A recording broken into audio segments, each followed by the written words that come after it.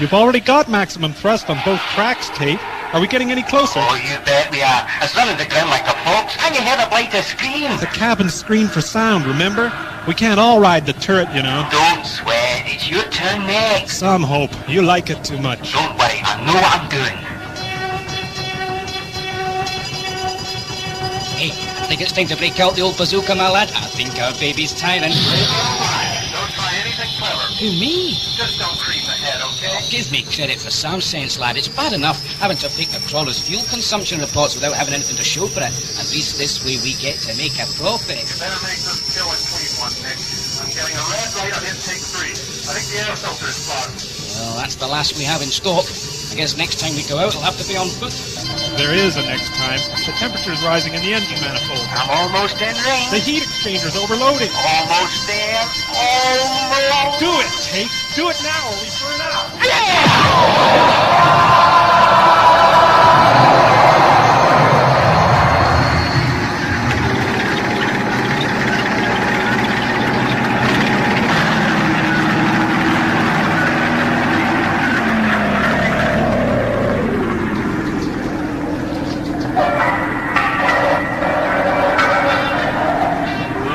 Look at the size of that thing. Look at its brain pan. Now that's what I call a kill.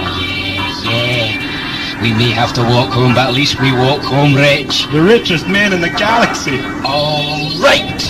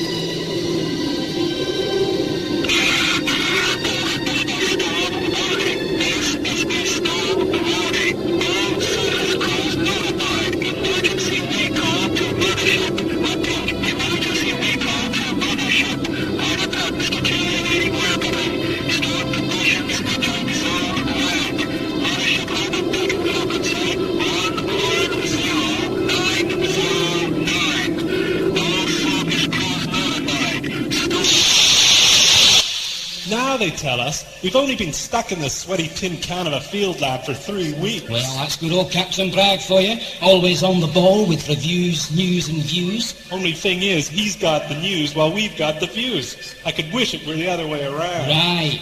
Come to Llandros, garden spot of the galaxy. 8,000 miles of equatorial deserts, oceans of mercury fulminate, and a landscape that melts if you so much as breathe on it. Damn planet's got a tectonic system so unstable a sneeze could unbalance it. And radiation storms that are tiny in 3 seconds and fly in 4. Not exactly the best place to bring your kids for a holiday. Oh, heads up, chum. Cometh the dragon. And which one of you lucky lads feels like a short trot on the landscape this morning? Oh, no chance, Fowler. I didn't bring my lead umbrella. Besides, you take 2 steps outside the lock and the screamers get you. Not if you're quick, Tate. I gotta say, I would rather stay in here given the choice. You'd put down roots if that were humanly possible, Stringer. So it's just as well you haven't got the choice. By the way, you're the first on the EVA duty roster, so get suited up. Oh, which roster's that, Fowler? You know as well as I do there's been nothing posted on the bulletin board for more than a fortnight. The roster I've just written. It's all here in COBOL and logged. 2nd month, 3rd week, 4th day. First EVA, Forster Stringer. So shut up and suit up. And do it now, we haven't got all day. Come off it, Chief. You can't ask the man to go out in this. Seen one of the robots.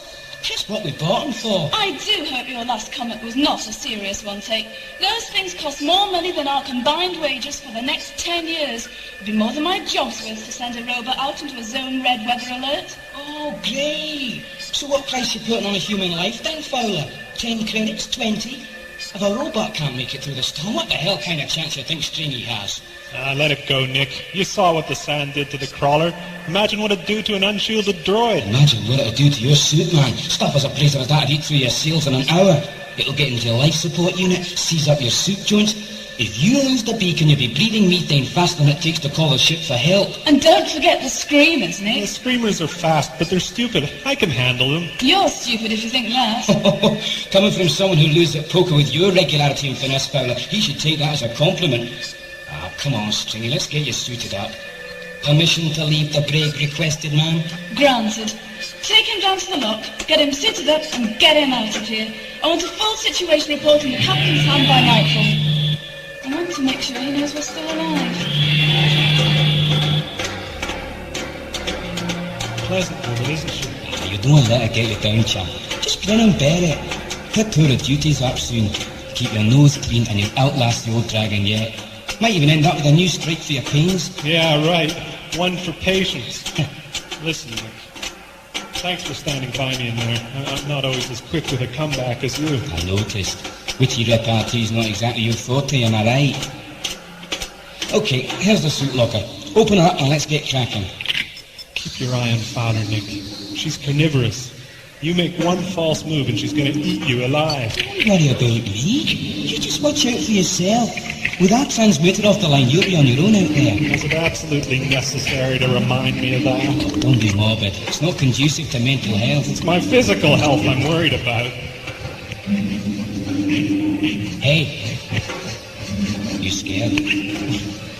You bet. Good. You're on better that way. Gee, your confidence underwhelms me. Catch you later, laser brain. Get out of here before I slam this door shut. Hey, enough with the noise pollution. Look at me. I'm gone already. Watch your back, chum.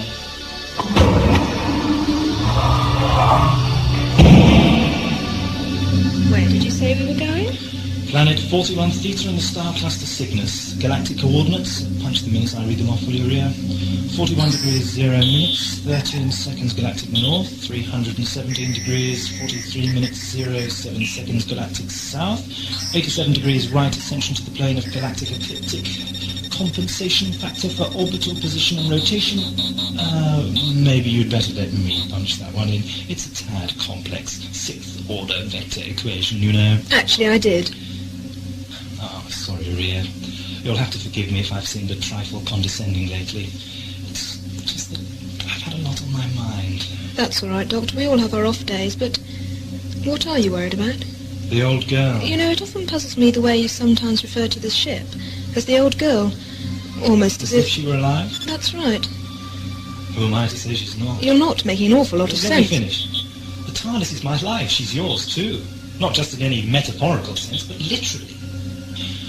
The ship is getting old. She's older than me, and I'm older than I can comfortably count on the fingers of two hands.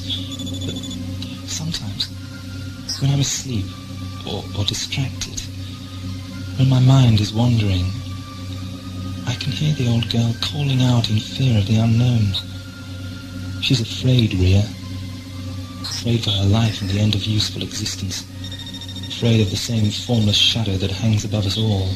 Are you trying to tell me that the ship is suffering from anxiety and depression? What I'm trying to explain to you is this. Without my ship, I'm nothing. I'll be stranded. At best on Gallifrey, but I'll never be able to steal another TARDIS. In any case, I'm not sure I want to. My travelling days will be permanently over. Think of the TARDIS as an old lady, Ria. How do you think you'd feel at 80 or 90 years of age? Are you trying to tell me the TARDIS is dying? I don't know. Me? Well, if she does, what happens then? Nothing. When the ship finally winds down, we stay with her. For how long, though, Doctor? How long do we have to stay with her? Forever. You don't seem to think that time is too far away. No, I don't. That's why just lately I've been concentrating on repairs to the exclusion of everything else, including you. I've given the TARDIS more of my time recently than I've ever done before, because she needs it. No man lives forever, nor any TARDIS. I learned that lesson some time ago. Ever since, I've been systematically overhauling all her circuits in the hope that I'll be able to discover some way to, well, give her a new lease of life, to renew her sense of hope, if you like. I haven't come up with much, I'm afraid. What have you come up with? Well, the TARDIS is a living artifact, Ria, engineered life. Sometimes it's not enough merely to repair her systems when they malfunction. Sometimes she has to be healed. Spiritually? Oh, good grief, no. There isn't really any true comparative analogy between the TARDIS and a real living organism like you or I. She exists in a sort of twilight space midway between the two extremes. There is a physiological concept for it, but to coin an old cliché, it won't translate into your language. Don't worry, Doctor. I think I have more than a passing idea of what you mean. Good. But there are people who understand this concept. People who could heal the TARDIS for you. There are, for want of a better term, biological engineers, yes. On Tercerus, among other planets. As to whether or not they can heal the old girl, I'm very much afraid that is in the laps of whatever gods there are. And Tercerus is where we're going now, I hope. Planet 41 Theta in the star cluster Cygnus, yes. That's where we're going. Are you all right, Doctor? You're looking very tired. I'm fine, Ria, really. I'm still worried for the ship. Can't you hear her engines straining? I can just imagine the old girl forcing her weary way into the vortex, shedding normal space-time like a discarded cloak. Well, at least she seems a bit happier operating in the vortex, Doctor. But for how much longer, I wonder? Just in case you can hear me through this garbage, Nick. About half a mile from the survey huts. Footing is particularly insecure here. I think I'm approaching the first ravine we charted. You remember the gullies Father thought were an abandoned streamer there? Well, that's where the suit's holomat puts me anyway. I switched off the faceplate ages ago, dead loss. Couldn't see a thing further than 2 feet away. And anyway, airborne sand was already starting to wear away the visor. I couldn't believe it, only been out here 20 minutes and it started in with a vengeance already. My suit's going to be a total write-off, assuming I ever reach the mothership, that is. You're right, Nick. Sand's getting in here with me. It's starting to affect my external audio pickups. Sounds like there's something out here, just out of sight beyond the next fold of rock. Watch your back, Stringy. If it is screamers, that's what they'll go for. They're crafty beggars, all right. They know your suit's weak He points. can't hear you, Tate. Why don't you shut up so we can both enjoy the show? Ghoul. What? What was that? Nick, I thought I heard something. I think there's something out here with me. There's definitely something tracking me. It's gotta be screamers. I don't understand this. The lab was supposed to be abandoned. Fowler checked the site herself, didn't she? Now they're in front of me as well.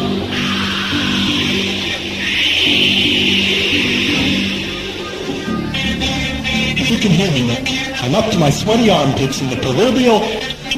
There's screamers all around me. 4 or 5 at least, maybe a whole pack. I must be tracking my suit's heat exhaust. I'm going to try switching off my life support gear and sneaking around it.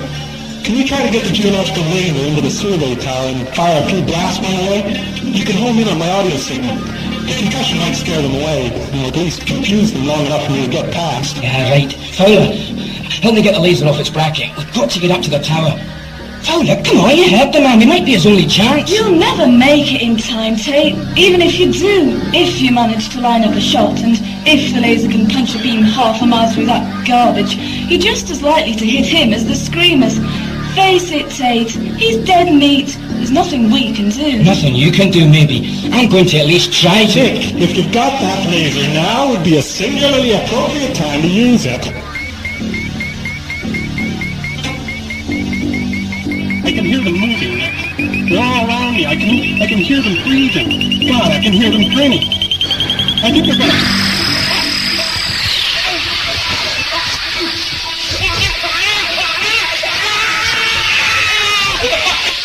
Come on, Fowler. Help me with the laser. You know I can't lift on my own.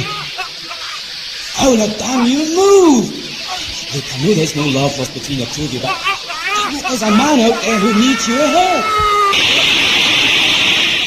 I told you it was too late.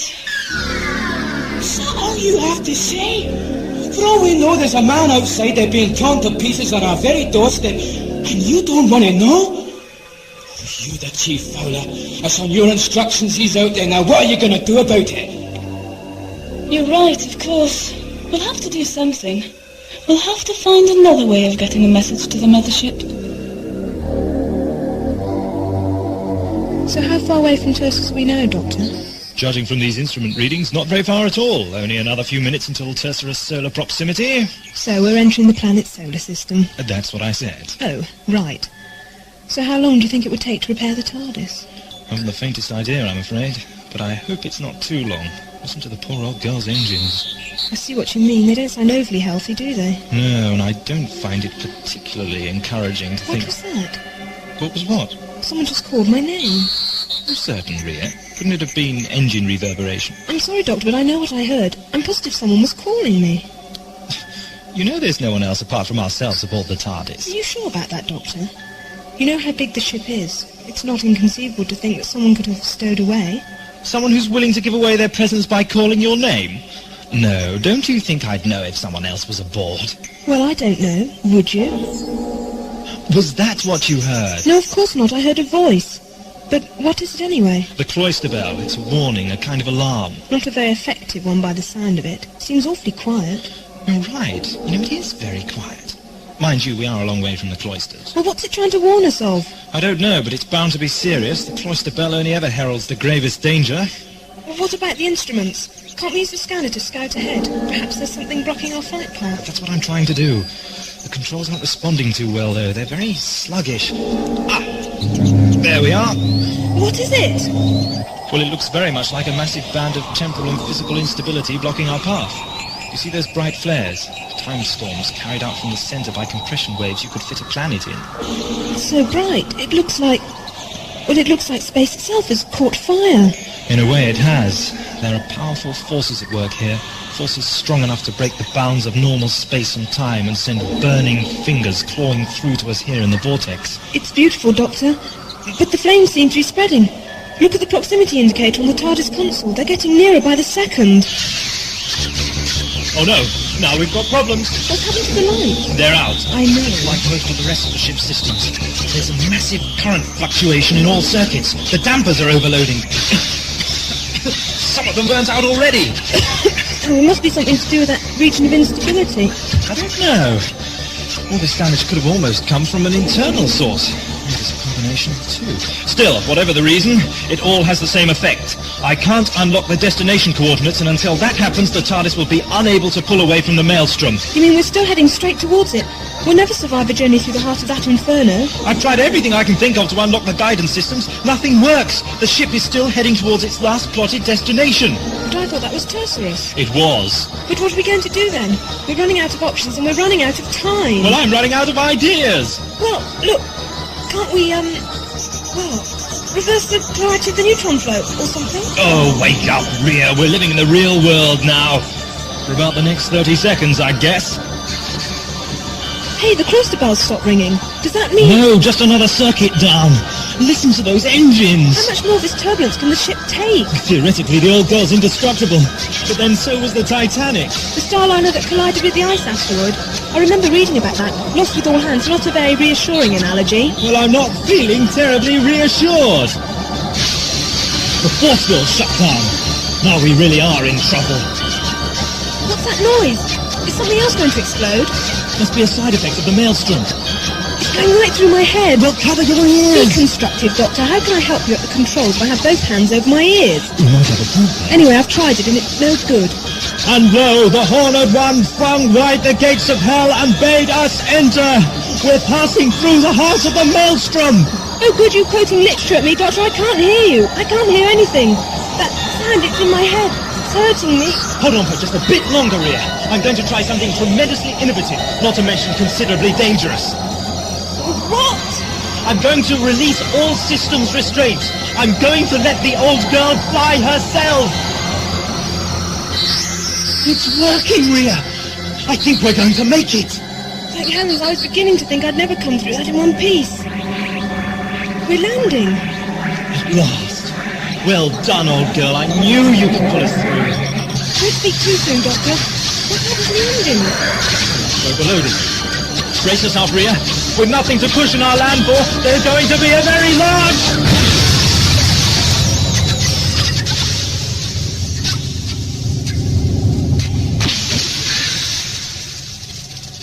Are we done?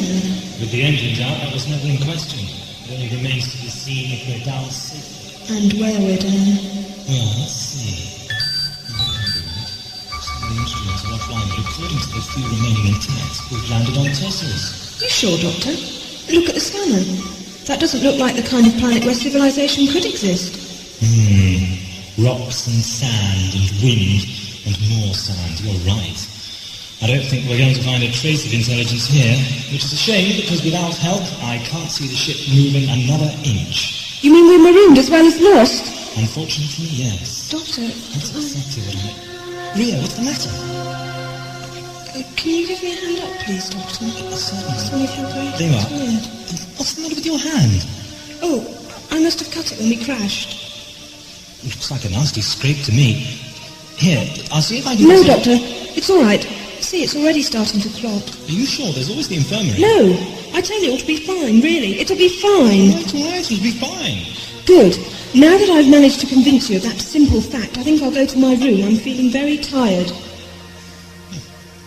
No, life aboard the TARDIS is not always a bed of roses, Ria. But why do I get the feeling you're holding something back? Oh, it's so good to get out of the light. My eyes are killing me. No bed. Nice to know you're here when I need you. Oh, I feel like I could sleep for a lifetime. Why just do the null-grav lift us with the geological specimens, Fowler? Ah. I'm going out, and the laser's coming with me. Are you seriously planning to go out in that muck after him? Seriously. I want you to stay by the damn radio, too. I don't want to get sliced apart like Stringer, and if, by some miracle, he has survived, I might need help to get him back. How do you know you can trust me? Ever heard the word blackmail, Chief? I'm taking the log recorder with me, the one containing a complete transcript of our conversation for the last 4 hours. I know I can count on your help if you don't want that information to reach Captain Bragg. You're forgetting who's mission controller, Tate. I could have you put up before the board on countless charges of Which will insubordination. be nothing compared to negligence resulting in a team member's death, which is what they will pin on you, fella, if you don't cooperate now, I promise you. Think it over, but don't take too long. When you put it that way, I don't really have a choice. I'll help you sit up. Forgive me if I offend your sensibility some more, Fowler, but I don't trust you even that far. I'll manage by myself, thanks.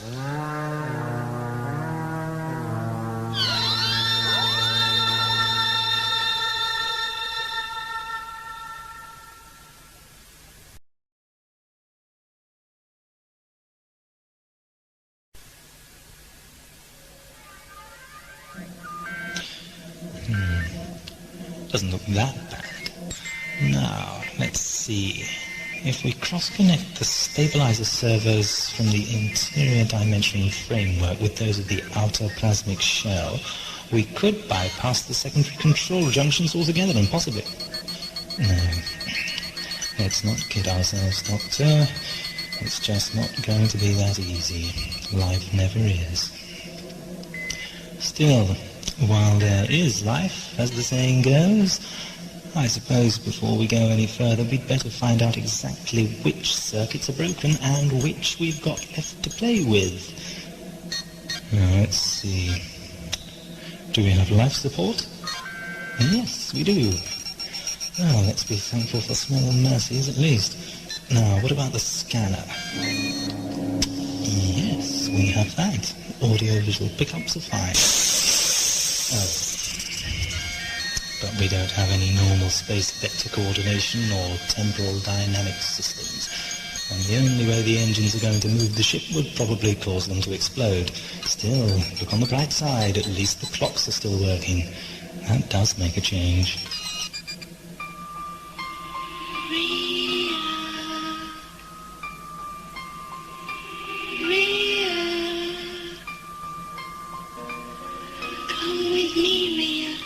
Go away, I'm tired. I want to go to sleep. Come with me, Ria. Come with me. What do you want? Come with me, Ria. Come with me. What do you want? Come with me, Ria. There is something you must see. Right then, idle hands make Jack a dull boy, as they say in all the enlightened parts of the galaxy. Let's see if we can't clear some of this rubble off the console top. Oh no, that's torn it. The ship will never move with a 6-inch crack in the time rotor. What's happening to me? I feel strange. Where are you taking me? Physically nowhere. That doesn't answer my question. Don't close your mind to me, Ria. You must trust me completely. Do you trust me? How can I? I have no experience upon which to base such trust. Discard your moral misconceptions. They are no part of you. They originate in the mind of another. Let them go, Ria. Let them go, and open your mind to me. Who are you? You know me, Ria. We've been close for so long. All the years of hate, the domes. Father, I can't as much as I want to open up to you. And I do. I just can't. Where are you taking me? Back, Ria. We're going back to the punishment dome. Marooned! No wonder the cloister bell was ringing. What? An audio signal from outside? What could be alive out there?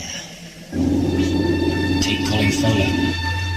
I hope you're listening to me carefully, Commander, because I'm approaching the gullies. Now, there's no sign of any screamers yet. But there's no sign of Stringer either. It's spooky. As though the grounds opened and swallowed them all up. Everything's still out here. As still as it's possible to be on this godforsaken planet anyway. I don't like it. It's too damn quiet. No, not there. Not the dome. Going back, Ria. Back. He burnt me. He built you. You're an artificial construct, Ria. But I'm alive. Engineered life. We are the same. Ria? Are you awake? Sort of, Doctor. Come in. Are you alright? You look like death warmed up. It's okay. I just had a dream, that's all. A nightmare. Well, how do you feel now? I feel older. That's not exactly what I meant, but all things considered, it's not altogether surprising. What do you mean? Well, one of the things I came to talk to you about. Look, I brought some tea as a peace offering to apologise for, well, all the hassles in the control room. Will you have a cup? Then we can talk. Yes, all right. I'll have a cup. Apology accepted, Doctor. Though I think it's really me that owes you one. Thanks. Now, what was it you want to talk about? Time. When we were dragged through the maelstrom, I believe we were somehow forced through time as well. I thought the ship was supposed to do that anyway. What's so different this time? What's different is that for the last few microseconds of our impromptu journey, all the systems protecting us from the passage of time we were travelling through had failed. We became subject to the passage of time. Both we and the TARDIS are now much older than we were on the other side of the storm. Oh, Doctor, I'm sorry, it slipped. My best Wedgwood too. Never mind, I can probably pick up another set. Doctor, how much older are we, exactly? It's hard to say. With most of the instruments damaged, I've no idea of the relative length of the time corridor we passed through. But it couldn't have been too long, right?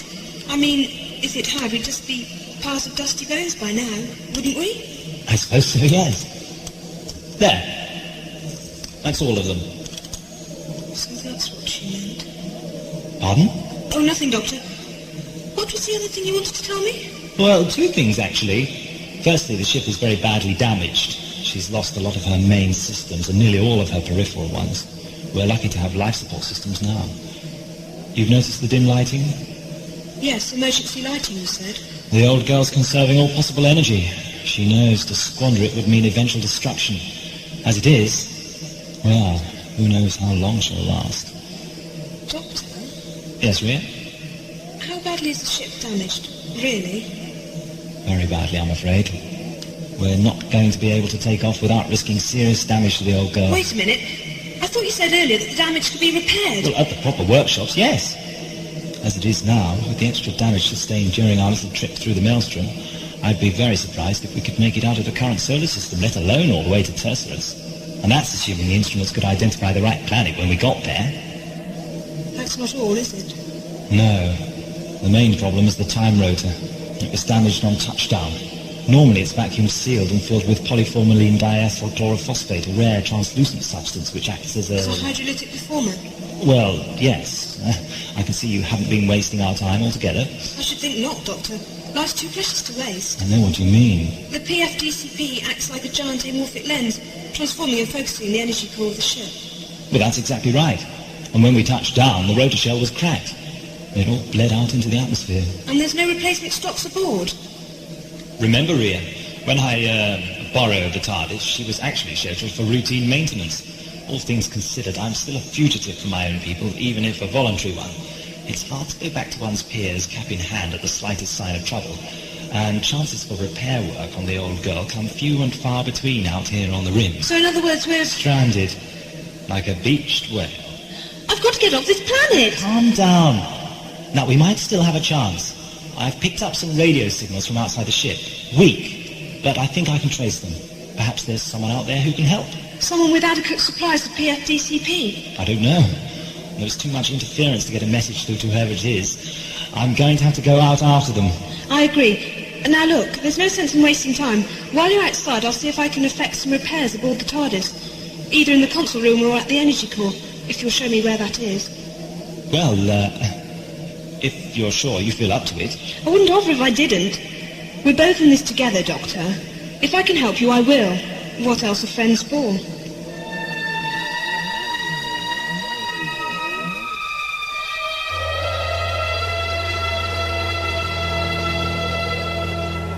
Well, I'm here. Lovers Lane for screamers. The winds are frost 19, the temperatures are cozy minus 70 degrees, but what do you know? Not a courting couple in sight. Surely it cannot be me inoffensive little self that's made them all run and hide. No, it cannot be. I'm sure I checked the suit's odor neutralizers before I left the compound. Oh, cut the third-rate comedy, slimy, creepy Zero. Just get on with the job. I might choose to sever your term of employment as well. Ria, I'm outside now. You would better give the console room a few moments to repressurize before you start work on the console. All right, Doctor. Though when the password out of commission, I only hope the doors retain their integrity. Just be sure to keep a breath screen with you at all times, and be careful. I don't want you to end up like another Whifferdale in a Traxxas mine. What is that supposed to mean? Let me tell you a story. The Whifferdale is the only surviving life form of Canaris major. The now extinct dominant life form on that planet used to cage them and take them into the Traxxas mines as a cheap method of detecting the presence of genetically damaging gases. You said extinct. Wasn't the method effective? Oh yes, quite effective to start with. But the Arushu, although brilliant mine workers, were not particularly renowned for their towering intellects. So when the Whifferdales began to adapt their bodies to the heretofore poisonous gases present in the Traxxas mines, the unlucky Arushu, having all four of their beady eyes fixed firmly upon future profits, didn't notice, with the unfortunate result that they were all wiped out by a strain of a genetic malady previously unknown on Canaris Major, leaving the Whifferdales, now able to change shape at will, to live long lives of carefree abandon, and, incidentally, to become the richest Traxxas merchants in the galaxy. Oh, sometimes, Doctor, I find your sense of humour terribly unfunny. Oh, I'm sorry, Ria. I didn't realize genetics was a pet hate of yours. I thought you were interested in the sciences. Look, forget it, all right? All the console room is repressurised by now. I want to start work on the systems. Oh, I should think so. Good. Then if you'll excuse me, I'd better see if I can get on and repair some of your damage. Yes, you do that, Ria. Meanwhile, I'll keep fishing. I get the feeling that sooner or later I'm going to come up with something a lot bigger than a gumball jack.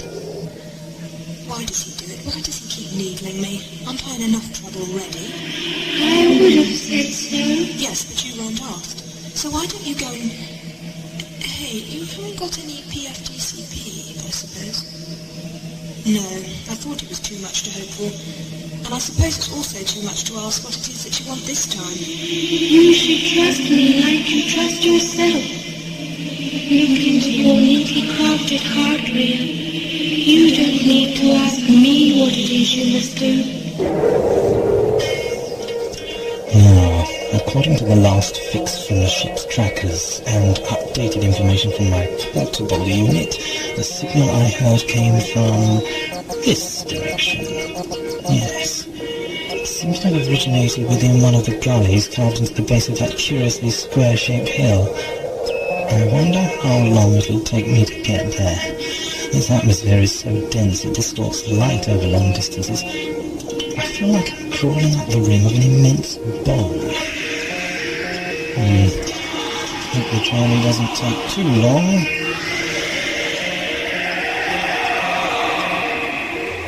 I knew that silence was too good to last. Right, fella. For your information, I think I'm close enough to trace Stringer via his suit's heat exhaust. That is, if it's still functioning. It's working. I'm picking up a trace. Hey, wait a minute. Something's up. The trace is moving. Aye, it's definitely moving. What the hell's going on out here? These gullies are tougher going than I thought. Ria, are you there? Yes, Doctor, I'm still here. What can I do for you? I'm in the middle of replacing the helmet regulator. I just checked in to see how things are going. Be careful with the regulator, won't you? It's a very expensive piece of equipment. Not anymore, it isn't. It reminds me of a jigsaw puzzle someone has got fed up with. It's in pieces all over the floor. Oh, I see. Carry on the good work, Ria. I'm sure you're doing a splendid job. The work's a bit easier than I expected, actually. I think you must have been exaggerating earlier. Oh, before I go, one thing. Any signs of life yet? According to the tracker, I'm quite close to the last transmission site. Funny though, now I'm actually here, I can't seem to get a precise location. I must have spent the last half hour or so following the tracker around in ever-decreasing circles. Stop following the tracker, Doctor. Follow your nose. I've tried that before. It only ever leads me into... Doctor? Hello? Doctor? What's happened? Doctor? Trouble. It's all right, Ria. I just tripped over a block of rubble and winded myself. Be careful. You know what the smallest tear in your suit would mean? Oh, definitely. Right. I'm going to get on with the repairs. Assuming you can staff the trouble long enough, I should have the time rotor patched up by the time you come back. See you later, Doctor. Admirable. You would make a consummate actress. Now, if the repairs are complete... They're nowhere near complete. They're merely the best I can do with the materials available. I sympathize. But you know what you must do. Yes, and I don't have to like it. We all have to do things we don't like, Ria. Sometimes the smaller evil will prevent a larger one. Then, who can say whether the smaller evil was really an evil at all? Everything is relative, and if you cannot perform this one small evil... I know. I'll die. Look, I can't do it. You can try to kill me if you want, but I can't do it. I will not take your life. Aren't you getting a bit confused?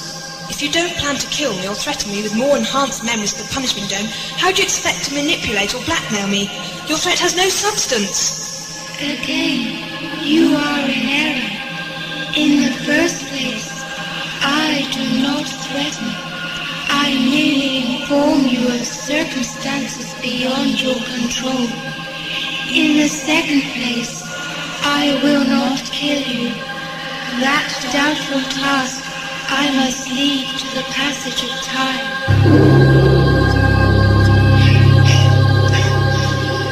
I'd forgotten how difficult it is to move in a spacesuit under full gravity. These blocks scattered across the gully don't exactly help either.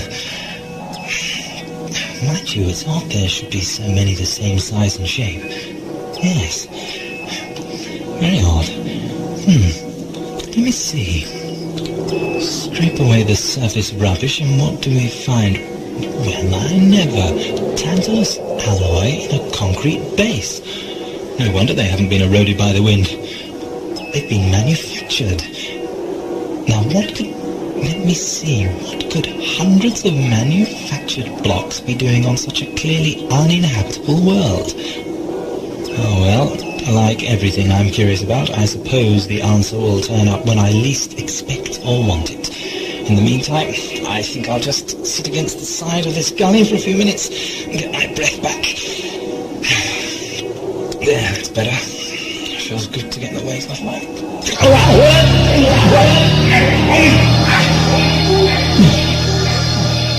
What?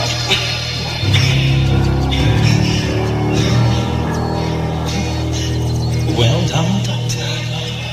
No wonder the tracker's been leading me up the proverbial garden path. I must have walked past that entrance a dozen times if I did it once. Well now, let's get some light on the matter and see what's what.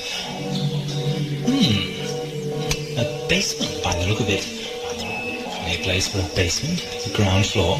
Oh well, perhaps this place was built by bats. If I look deep enough, I'll probably find their penthouse apartments. What a hangout. And then, what's this gouged into the dust on the floor? Drag marks. And footprints. The trail's getting warmer. In fact, it's red hot. What have we here? A dead man in a spacesuit by the looks of it. What a mess, poor fellow. I wonder what killed him. Whatever it was must have had teeth as large as my hand, or there must have been more than one of each. I wonder if there's anything on his suit to indicate where he might have come from. What's this? Just a handful of shy grey pebbles, which look familiar. Let's make a few adjustments to the tracker and see if I can analyse these little pebbles. I thought so. These small grey pebbles are exactly, almost, pure polyformylene in a biological matrix. How lucky can you get? With these pebbles, I can synthesize enough PFDCP to temporarily repair the time rotor. My friend, I don't know who you are or how you came to die here, but you may have saved both my ship and my life. I am in your debt. This I've got to tell Ria. Come in, Ria. Can you hear me? Ria, I've got some great news.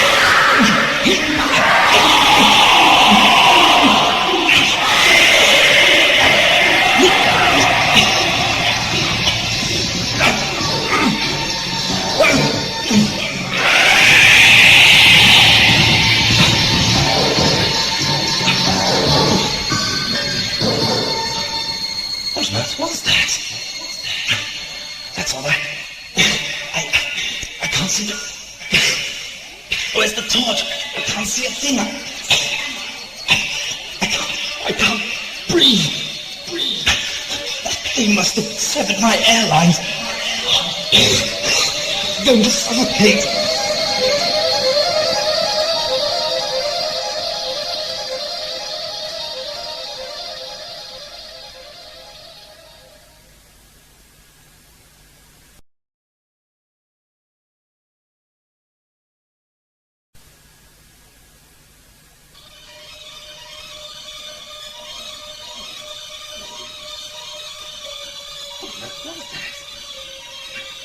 That's all right. I can't see the... Where's the torch? I can't see a thing. I can't breathe. That thing must have severed my airlines. Going to suffocate. Wait a minute. That dead astronaut's backpack didn't seem too badly damaged. If I can just find the body, I might...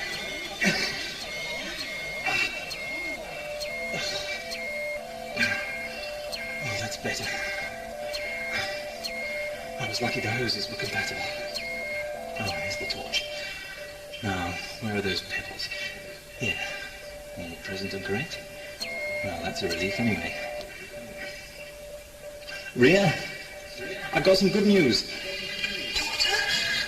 Oh, Doctor, I'm sorry, but I've got to do it. I'll die if I don't. I'll come back if I can. What? Ria, what's the matter? You sound... Ria? Ria, no, what do you think you're doing? You'll kill her if you take our lunch. Ria! What could you do? How could you steal my shit?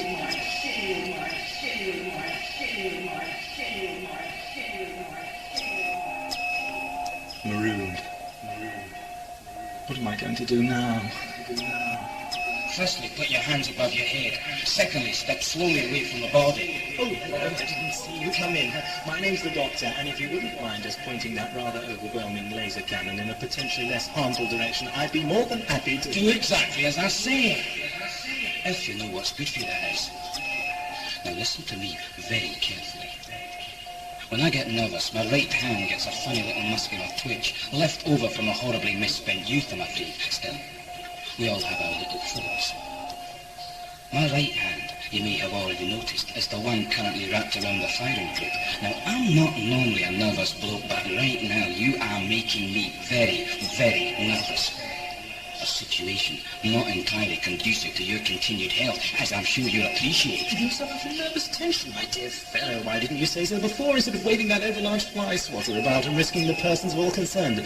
Namely, my person. No, my dear fellow. I know at least 131 different cures for nervous tension, ranging from the most expensive saurian electro-neural massage to the cheapest form of sweet herbal tea.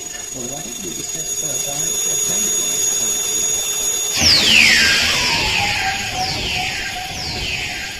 Although, on the other hand, if it's escape you're worried about, don't. You see, there's nowhere left for me to escape to. I'm glad we finally understand each other, Doctor. I thought we were going to have a little communications problem there for a minute. No communications problem at all. I'm very pleased to hear it. I'd also be very pleased to hear a few other things as well. Like how you came to be here, what you were doing standing over my partner's dead body, why you have in your fist his entire cache of screaming gems, how his airlines came to be attached to your spacesuit, and more importantly for you, why I shouldn't shoot you out of hand for claim jumping, theft of personal property and murder. It's no good. I can't hold her together. There's too much damage. You're blind. I don't think I have any choice. Look at the scanner. What is that? The maelstrom suffusing this planet's solar system. It's the cause of all this damage. No. And if we go through it again, we'll surely be destroyed. According to the Doctor, if the ship passes through the maelstrom without full protection from the force field, it and I will both age again. And nobody knows by how much this time. Even if the ship does survive the journey, which is something I seriously doubt, I certainly won't. And yet we must try. And so here I am. That's as fantastic a tale as I've ever heard, Doctor. Now let me tell you what I think happened. I think you're a claim jumper. I think you found out about the screaming gems, landed on this planet with a chemical tracker. I see yours is still tuned to gem composition. But rather than go to the trouble and expense of hunting your own screamers, you decided to wait quietly in the shadows until a chance came for you to ambush Stringer there. Then you ripped out his airlines, stole his gems and dragged him here for screamer bait, hoping for an easy kill and rich pickings. And the marks on my suit? My 7 airline? Easily explained. Stringer put up more of a fight than you expected. Caught you unprepared. Not too difficult to imagine looking at you. Oh, that's ridiculous. A more injudicious bunch of fabricated rubbish I've never heard. Then give me proof, Doctor, now, before I shoot you out of hand. How can I? My ship has been stolen. Look, can't you put that gun down? I've been standing here with my hands up for, well, a very long time, and they're getting very tired. I've got enough on my mind already. Everywhere I go, I'm accused of something I haven't done or mistaken for a lunatic murderer or wandering prophet of doom. Conflict, always conflict. The galaxy's big enough for everyone it contains, so tell me, why do people find it so difficult to trust one another? Well, a thief with a streak of philosophy. Oh, wonders will never cease. Now look, I don't really know much about these screamers, but I fancy I'd be right in assuming they hunt via the use of infrared emissions. That's correct. But no more proves your innocence than... Yeah, have a grace to let me finish, will you? Now, I noticed that because when I accidentally shone my torch full in the creature's face during the fight, it shrieked with pain and ran off. Now, obviously, the heat from even such a small source of light so close was too much for it. Now, if you'd care to examine your dead friend's suit pouch, you'll see what I discovered earlier. All I can see is the usual stuff carried in all standard issue spacesuits. Patches, emergency rations... And if you examine the ring pull on one of the self-heating cans of food... Activate! Someone has deliberately heated up a can and left it in his pouch. Someone who wanted your friend dead. You'll note the heater is now cold. Now, if that's the model I think it is, those cans retain their heat for some hours. So even if I had pulled the tab after killing him as an alibi to cover my own tracks, the heater would still be functioning. And if I am innocent of that crime, surely it follows that everything else I've said is true as well. Wouldn't you agree? Reluctantly, yes. Then why don't you put down the gun and tell me some more about this place? All right, but outside, this place gives me the creeps. I don't think so. The light from our torches will keep away the screams for the time being. It's snug and quiet in here. I'm rather sick of that perpetual storm going on outside. Besides, I'm curious about this place. Fowler thinks it's an abandoned steamer layer. Hardly abandoned. Who's Fowler, anyway? Your dead friend? Oh, selective deafness, Doctor. No, Fowler's our mission sub-controller. If I'm going to tell you anything, I'd better tell it from the start. Sounds like the kind of situation where one might wish for a good hot pot of Darjeeling. To what? A tea. Eh? Oh, forget it. Right. Well, the planet we're on is called Llandros. It's part of the Cygnus cluster. It's a bit of a wreck, as you've seen. I've heard it referred to by some as the planet God chewed up and spat out. Only one or two forms of indigenous non-sentient life, the main one being the screamers. I'll come back to them. Me, Springer and Fowler form one of 15 three-man crews dispatched from a terrestrial science ship. Up to now, the crews have been spread all over the planets of the Cygnus cluster, collecting information for the Library of Science on Earth. Information regarding the solar maelstrom, I assume? That's right. And hitherto unknown natural phenomena. No one knows where it came from, but it surrounds the solar system like a shell around a walnut, isolating it from the outside universe. We're here to find out more about it and its effects on the nearby planets. And what have you discovered? Well, not a lot, really. Only that there's some damn strange radiation floating around up there. That, together with the screaming gems, are about the only interesting things in this system. Unless you're into spectacle, that is. The maelstrom from space is pretty spectacular for the first few months. As far as the gems are concerned, it's a shame the system is so inaccessible. And why is that? Because as far as industry is concerned, they're priceless. Let me tell you about the screaming gems. It's pretty amazing, really. You see, the gems are actually cysts. They form gradually in the brains of mature screamers. The cysts grow larger as the creatures get older and bring pressure to bear on the pain centre of their brains. Hence their screaming. The older the animal, the larger the cyst, the louder the screams. Eventually, of course, the cysts kill the creatures, but sometimes it's possible to, shall we say, preempt the course of Mother Nature. To hunt and kill the creatures before they die naturally? Exactly. No one knows how the cysts are formed, nor is anyone likely to for the next 30 years, since the Maelstrom will be the last ship to come this far into the cluster, this close to solar winter. But one thing's for sure.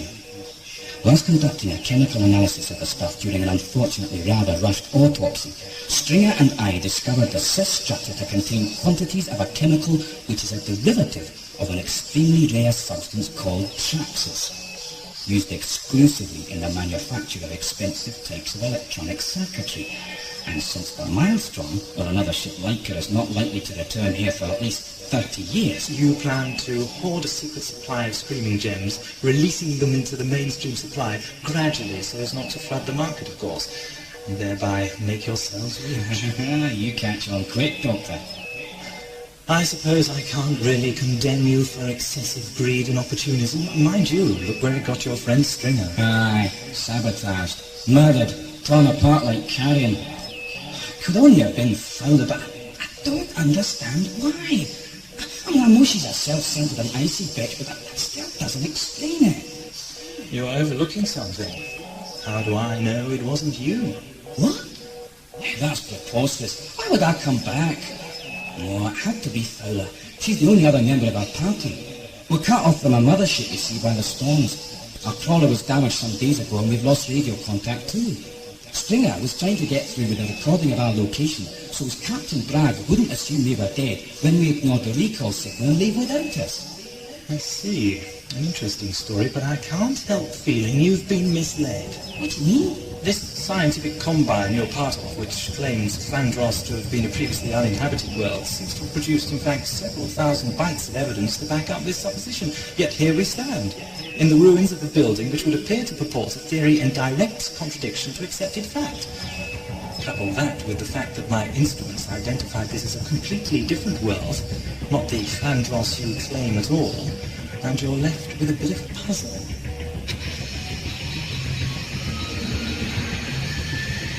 That sound, it's making a pinprick out of my brain. We must be getting close to the maelstrom landing. I can't concentrate.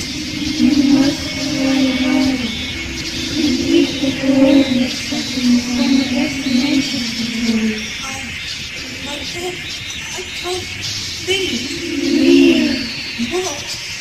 Controls won't work. I can't help you anymore. I have known you, and we will die together. This is... Well, Doctor, now you've convinced me of your innocence, there's only two things left to do. And what are they? Firstly... I see. His will specified cremation, did it? No, he wanted a planet burial. But I wouldn't bury my worst enemy on Llandros, Doctor. Here they dig you up and eat you. The screamers are carnivorous. Omnivorous, actually. That's why there was so little left of him. Which reminds me of my second priority. Which is to get the hell out of here before we end up like him.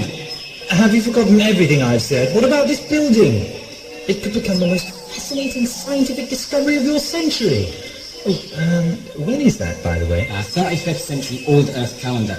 Translated into modern equivalent. Never mind. I never did get the hang of the new terrestrial calendar. Too many months and not enough leap years. Please have it with your birthday. Still, nobody's perfect. Screamers are, Doctor.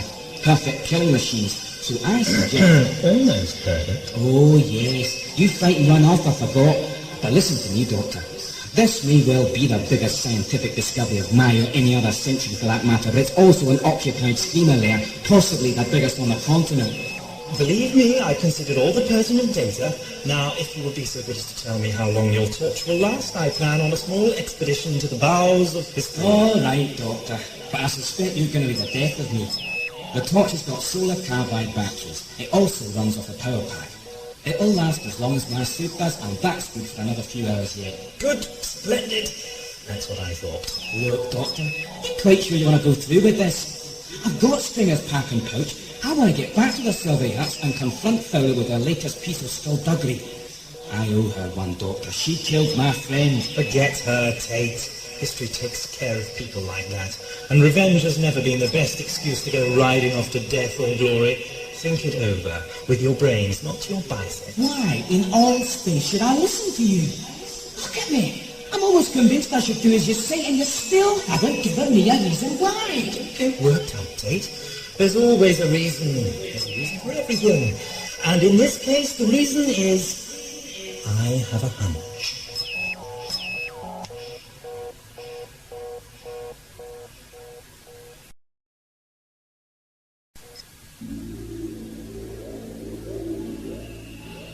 Give me a situation update, please, Royce. Nothing new since the 0400 update, Captain. Atmospheric turbulence is still worsening. Weather deterioration is following all the predicted patterns. According to the Met Boys, we're definitely moving into planetary winter. They said that to us last month, as I recall. What's the latest word on the surface cruise? Teams 1 through 12 are aboard, sir. 14 and 15 are docking now at the starboard locks.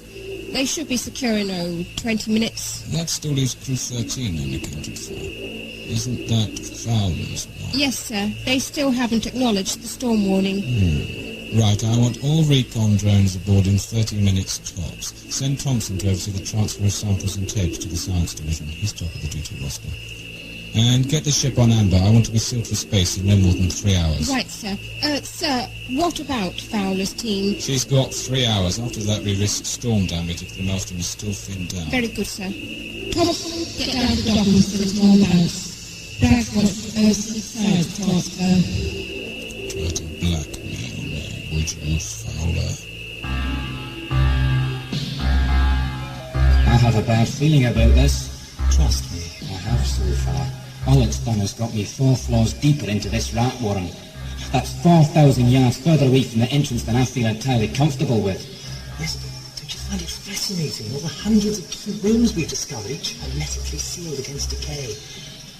As if each were a repository containing who knows what wealth of alien knowledge from centuries past. Precisely my point. Who does know? We've been unable to open a single door as yet. Please try and restrain your natural exuberance. You must learn the value of patience if you expect ever to get anywhere in this galaxy. Now, what have we here? More ramps leading upwards. What's new? Doctor, this building is huge. It must occupy the entire inner space of the hill. There's a thought. Did you think the shape of the hill at all odd when you were outside? Almost symmetrical? Now you come to mention it, it seemed curiously regular for a natural phenomenon.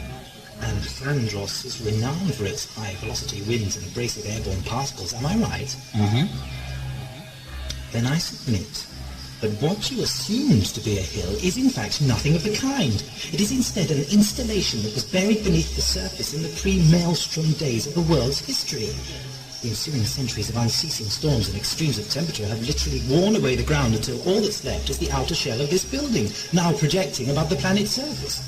And the gullies we both travelled through to get here are nothing more or less than the remains of its foundations. The damn hill's a quarter of a mile high if it's an inch. Proves they were a technically adept race, doesn't it? To think all this has been sitting on our laps for the past 3 months and we wasted time hunting screamers. An obvious case of being unable to see the wood for the trees, I should imagine. But it didn't really do them any good, did it? Whoever they were, assuming this is a shelter of some kind, that is. How do you know? Neither of us has any idea what's inside those hundreds, possibly thousands of locked rooms we've already seen. It could be preserved bodies, it could be anything. Anyway, what's this? Dead end by the looks of it. A huge metal wall covered in grime spanning the whole width of the corridor. Dead end?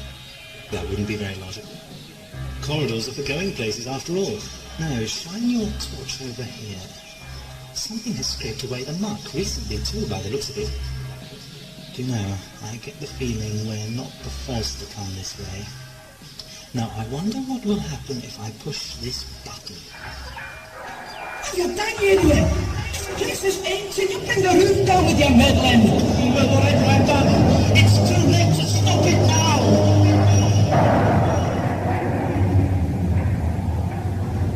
I don't believe it! The wall's opening up! It's a huge single bulkhead! Whatever they were certainly technically brilliant, all right? But it sounds like they could have learned a thing or two about the principles of lubrication. That's got to be the biggest single enclosed space I've ever seen. This is rather large, isn't it? Shine your torch over the far wall. I can't. The beam won't reach that far. Exactly. It must fall short by thousands of yards. Forget the walls, Doctor. Look at the floor. It's covered in bones. Thousands, millions of bones, skeletons. We've found a screamer graveyard.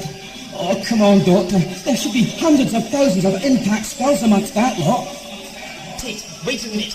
You don't know what might be alive down there. But I know what's dead down there. Enough screaming gems to last 100 men a lifetime. Easy pickings, Doctor.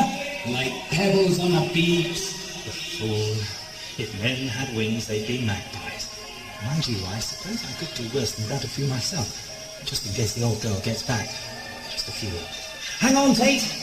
I'm coming down as well.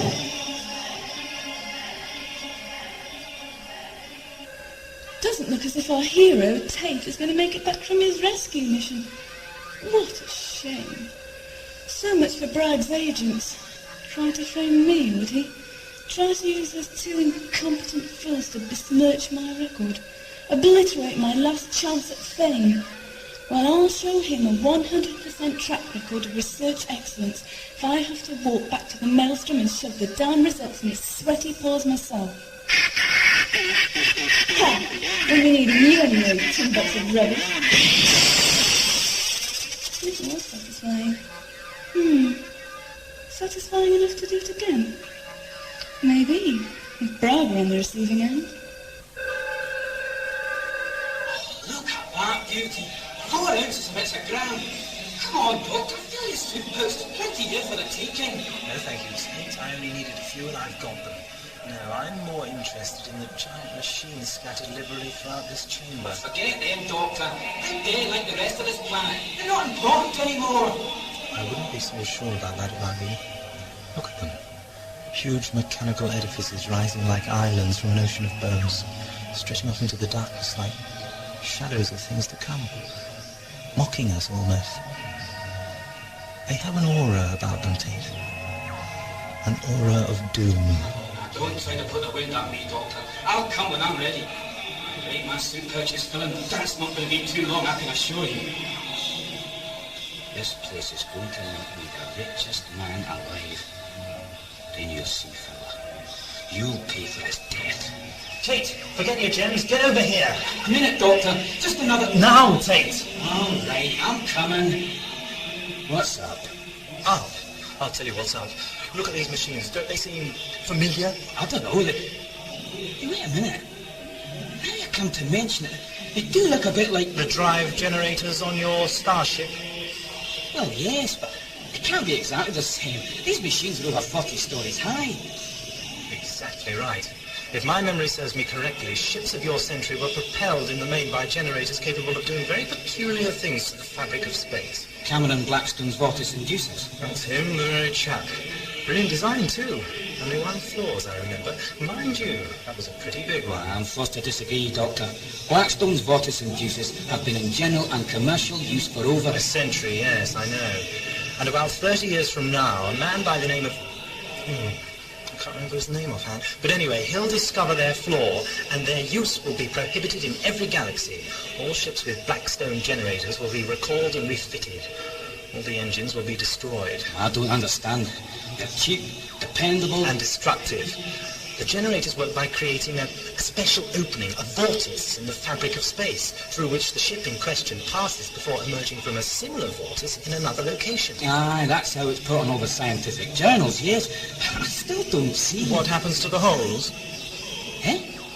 The holes that the engines create. What happens to them after the ship has passed through? Well, nothing, I suppose. Precisely. The holes stay exactly where they were. Countless unmapped gateways to who knows where. Hyperspace? Hyperspace. A useful public relations phrase. The gateways lead to sections of a space outside our own universe. Foreign to it. Alien. Incompatible. Ever heard of the phrase submolecular particulate attraction? Yes. The attraction of particulate matter acts in the same way as, well, opposing magnetic poles, for example. Well, this chap, whatever his name will be, he'll discover that particulate attraction is drawing substance from that outer universe into our own. Alien substance with alien natural laws. So? The universe is big enough for a little extra rubbish, surely. Yes, but think about this. The attraction is a natural phenomenon.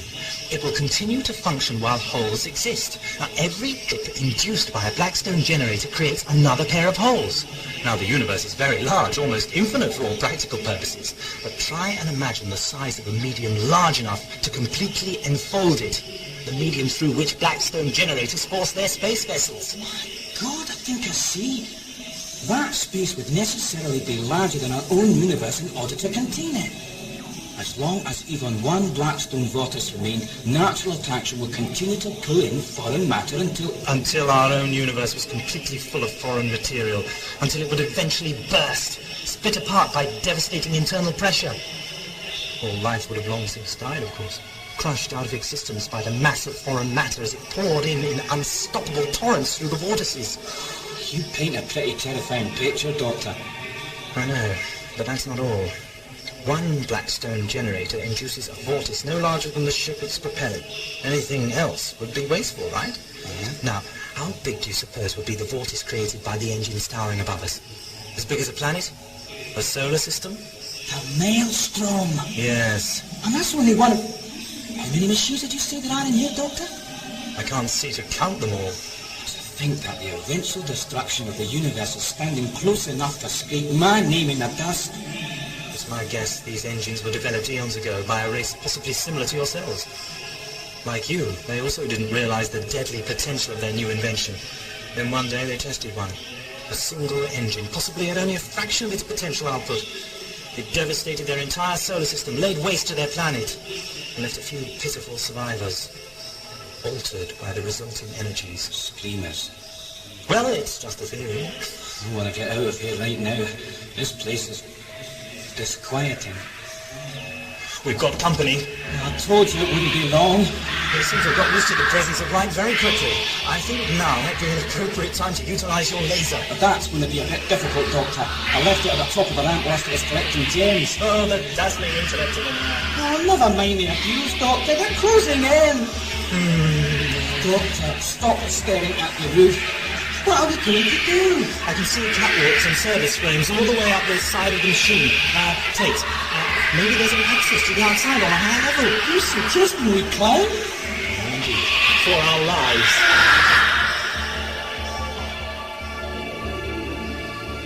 The last recon drone is docked and stowed, sir.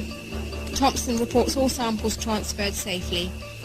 All surface crews are aboard and berthed. All except crew 13, that is. Thank you, Sub-Commander.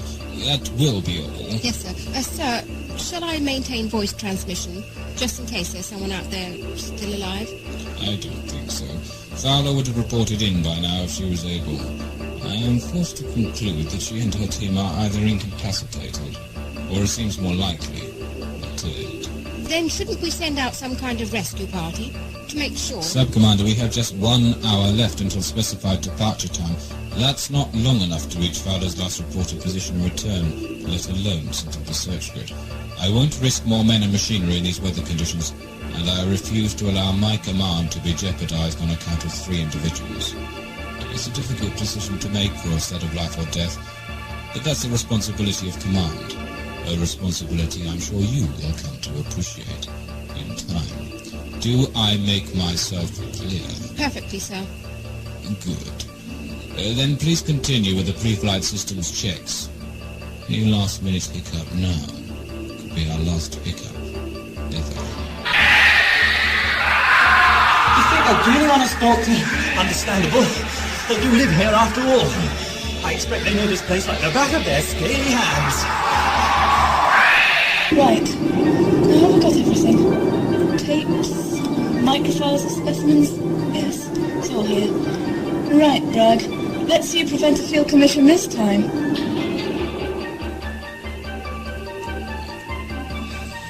Status update. 90% of all pre-flight checks complete. We're green across the board so far, sir. Excellent, Royce. Time to lift off. Countdown is static at T-minus 60 minutes and holding, Captain. Awaiting your instructions to proceed. Initiate countdown sequence, Royce. I'll be happy to wave goodbye to this godforsaken ball of rock. It's a long way down, Doctor. How did you ever get to become an astronaut with a pair of plants? Oh, don't ask. When was last week?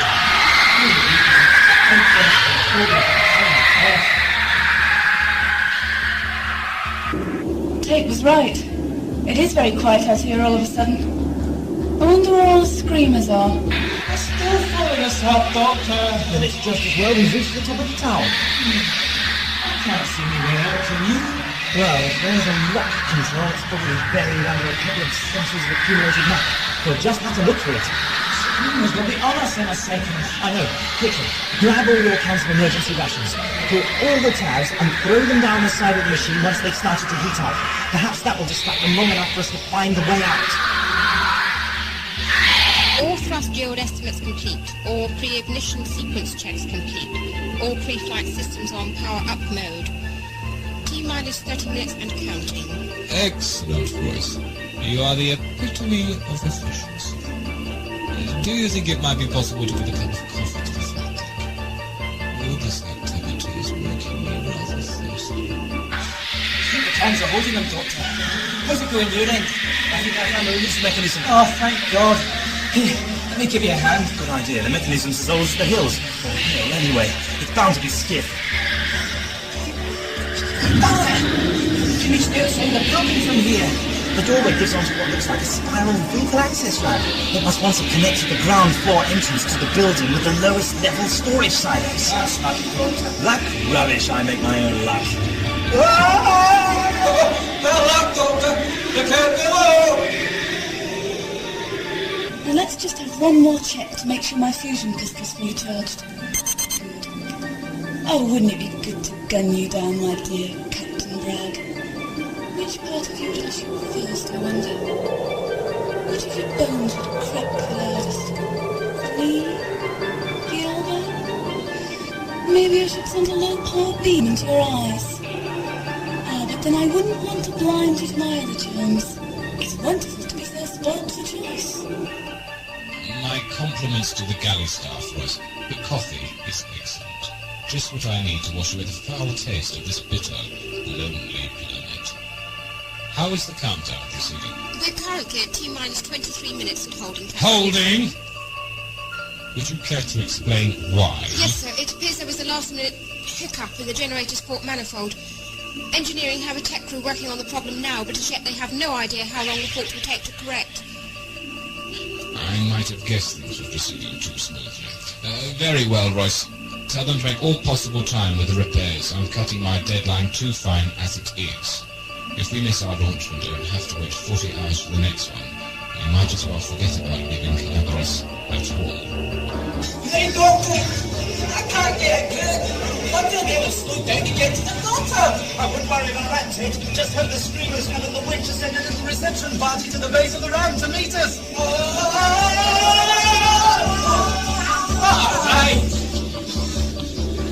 It's been 50 years since I've ridden a helter-skelter half as good as that. Mind you, I did it this on that time. Yes, I mean, it's pretty painful on the old knees. I think we better run for it before the screamers pick up our trail again.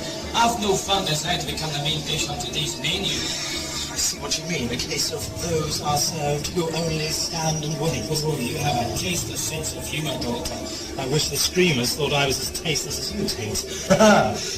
That way they might stop chasing me. In the meantime, however, I suggest we keep on running. Are we still not cleared for launch, Sub-Commander? I'm afraid not, sir. Oh, just a minute. The tech crew is reporting all systems clear, Captain. Evidently the manifold was full of sand. I think it was... Spare me the technical details, Royce. Just proceed with the countdown. Must we keep running, Tate? I can't see any screamers following us. You don't know those things like I do, Doctor. Their tenacity is unparalleled. They never give up. Do you think we'll be able to make it back to the survey house you told me about before they can catch up with us? I wouldn't bank on it. They're pretty fast on their feet. Anyway, the survey installation is only made of prefabricated PVC slabs. There's no way it would stand up to a concerted screamer attack. No. The only chance now is to make a run for the mothership. We're more than halfway there already, so we might just make it. You know, it's funny. What's that? Up until today, I've never known the screamers to hunt in anything larger than small groups. Then for some reason, our presence back in the silo triggered off a massive retaliation. There must have been hundreds of screamers chasing us earlier. The mystery deepens. Hello? I can see a light not very far away. Another shining light. We can't be more than half a mile away from her. Oh, look! There's another figure. Found her. She must have decided to make a run for the ship as well.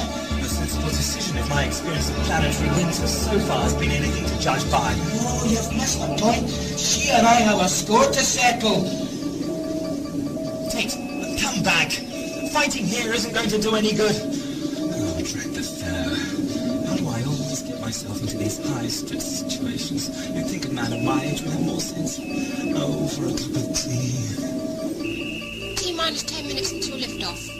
All systems are green, Captain. Fowler! Surprised little worm-faced spy still alive, is he? Oh yes, I'm alive. And And I've got evidence that you engineered Stringer's death. Murder And cut. why shouldn't I have? Both of you were under orders to sabotage the mission, so that my report would read a failure. My last chance at recognition, Ted. Why should I allow you to nothing to stand in my way? I don't know what you're talking about. Don't compound your sins by lying to me, Ted. I despise liars even more than I hate saboteurs. Why can't you just own up to it and submit to punishment like a man? Just let me kill you, Ted. If you'll admit I'm right, I'll make it fast. Otherwise... Don't make me laugh. I'm not killed! 5 minutes to launch, Captain, but the short-range scanners are picking up something very odd in the vicinity of the ship. More interruptions? I think you should hear this, sir. What do you think it is, sir? Could it be Fowler's team? They'd have contacted us by radio if it were. No. More likely it's the natives. A native ritual or something, I expect. In any event, it poses no threat to the ship, so I plan to ignore it. Countdown status. 2 minutes and counting.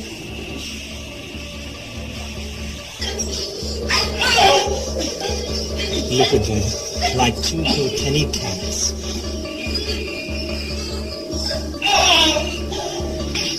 When will the two of you stop acting like children fighting over a broken toy and start acting like responsible adults? Kill Stringer, and I'll kill you too. And Brad, kill all of you. Just let go of mine. It's taken off without us. Brad, come back, Brad. I'll kill you for this. You fool, fella. If you hadn't started the fight. What do you mean if I hadn't started the fight? There once were two cats of Kilkenny, What? who each thought that there was one cat too many, so they fought and they hit and they scratched and they bit, till instead of two cats there weren't any. Children's rubbish. Nursery rhymes hold a wealth of knowledge if you'd only open your mind to it. Now just shut up, both of you, and listen. They found us again. Screamers? You've led the screamers here. Brilliant. Now we're all as good as dead.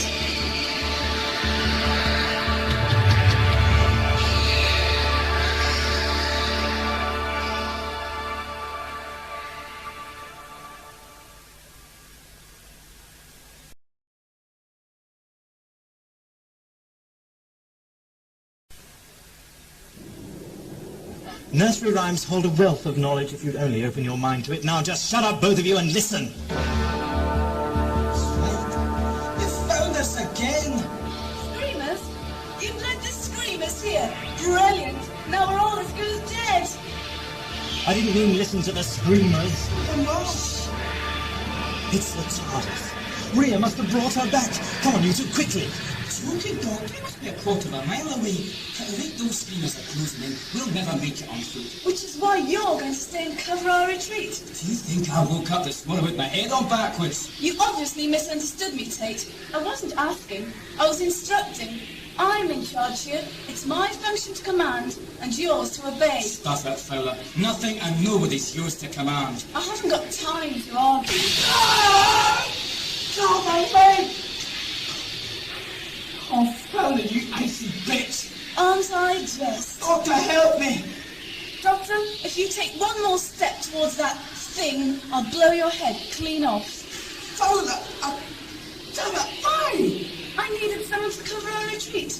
You're available, willing or not. Doctor, I suggest you lead the way to your ship quickly, lest Tate's unselfish sacrifice be in vain. You can't just leave him. Oh, yes, you can, Doctor. She knows I'll be easy meat with a hole in my leg. Go on, get out of here. I'll follow as best I can. You heard the man, Doctor. Move. Goodbye, Tate, and congratulations. You're going to die a hero. No way, fella. No way. I'll follow you. Wherever you go, I'll be there, haunting you.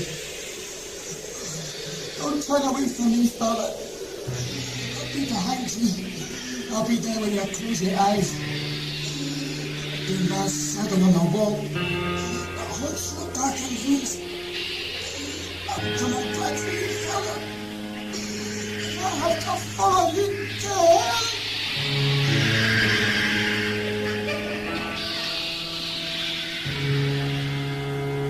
So this is your ship?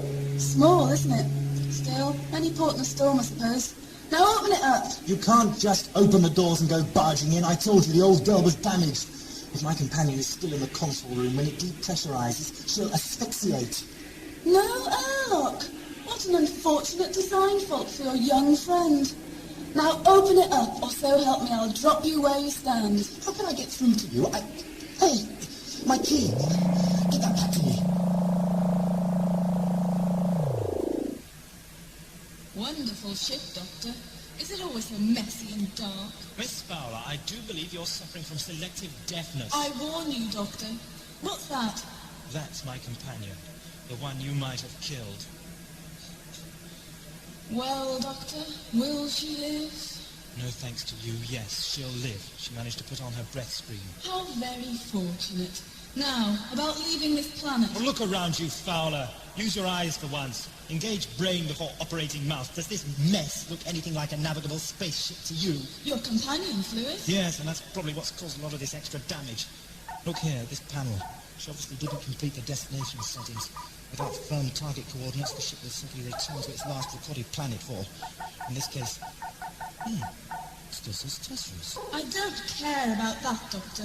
What I care about now is catching up to Bragg and demonstrating to him, physically, how inadvisable it is to withhold a girl's promotion and then try to maroon her on a lifeless planet. With a gun? Yes, with a gun, or a rock, or my bare hands if I thought it was necessary. He has to learn I will not be put down.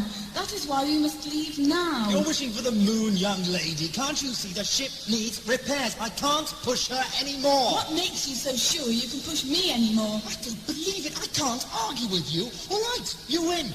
There's the damage. Here. Here's the tools. You repair her. Go on if you think you can do it. But Fowler, she's a very complex lady, my TARDIS, and she doesn't like strangers. I don't... Oh, yes, I'm sure you could repair her and catch up with Bragg and maybe even kill him. But you'd need a lot of luck. Do you feel lucky? I don't want to have to shoot you, Doctor. No, Fowler, you fix her. Go ahead. Make my day. What was that? I don't know. Doctor, don't play games with me. Shut up, Fowler. Listen to Ria. Even delirious, she makes more sense than you. No tricks, Doctor. It's just a monitor, Fowler. Now, why don't you watch and learn? That's Tate's body. Yeah, it's pretty gruesome, isn't it? Look at the screamers. They're examining the remains of the sick, using stones to prise open the pouch. You know, for dumb animals, your screamers are acting peculiarly rationally. I think they could be playing us all for fools. What are they taking from his pouch? Screaming gems. I don't understand. What would Tate be doing with a pouch full of screaming gems? Think about it. Tate and Stringer had no interest in sabotaging your mission. They were just out to perform a little private enterprise of their own. Your career was in no danger from either of them. You're lying, covering up for them. Why would I do that? I'm a complete stranger. To me, maybe. But to them? You could have been their pickup man. They must have known they'd never get back aboard the mothership with enough gems to make it worthwhile. They could have passed the whole pile to you and have you ship them off planet. So you believe my story then? No, I don't know what to believe. In that case, why would I have let the screamers take the whole cash from Tate's pouch? They must be worth millions. Because I won't risk my pilot out there, Doctor. And because I've got the gun. And while I have that, I say the odds are you'll do whatever I say. And so I will, as long as that involves taking Ria to my medical and scientific centre. I'm more interested in the repair of your drive components. For which I need a quantity of polyformylene diethyl chlorophosphate. And where do you propose to get that? Right here in my suit pouch. Screaming gems? Just a few, yes. All I need to synthesize enough PFTCP to get the old girl temporarily back on her feet again. What is that noise?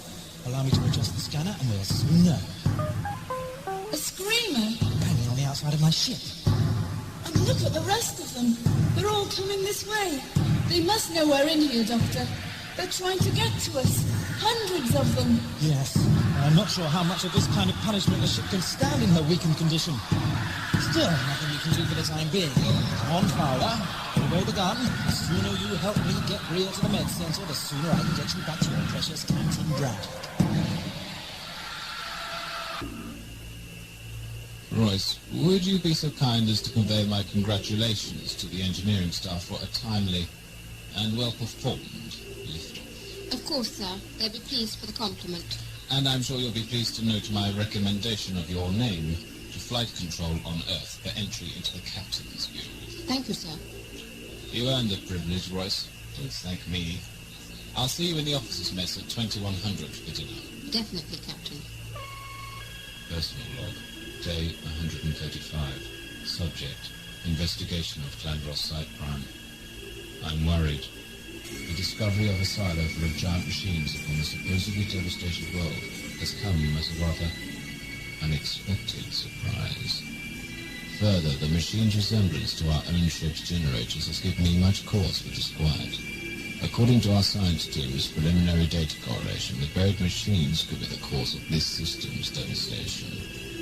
If that were so, then the same disaster which raised an entire solar system from the face of the galaxy 100 million years ago could now well be facing us.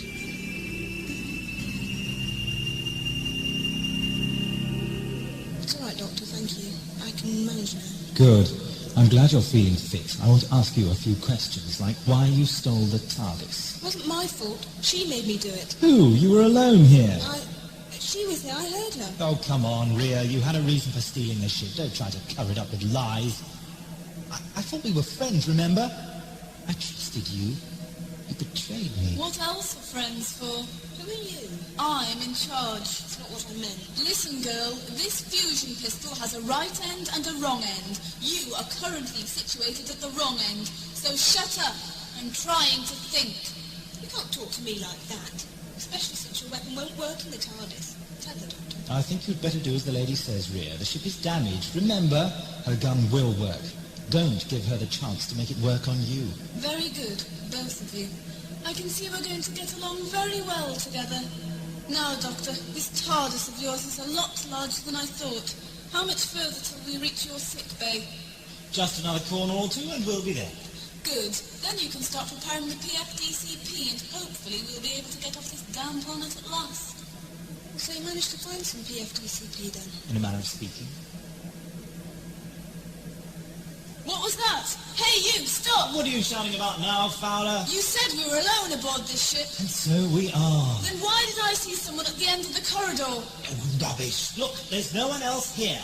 They've gone now. So I see. There's no one else aboard the TARDIS, Fowler. I can assure you of that. But there is, Doctor. I heard her. And have you ever heard me mention the term flogging a dead horse, Ria? Yes, I have, Doctor. You made me learn it along with dozens of other terrestrial sayings last time we visited the library. I didn't particularly want to. If you remember, I originate from the Calfadoria system. Earth means nothing to me. But I did it to please you, because you took me away from the punishment domes of my father. Because when all is said and done, I'm still your friend. Enough talk, you two. I get the feeling you've been leading me around in circles. That's just the TARDIS for you. The med centre's just over there. Open the door, would you? Right, Doctor. Now perhaps it would be possible to get something moving around here. Like your ship, for instance.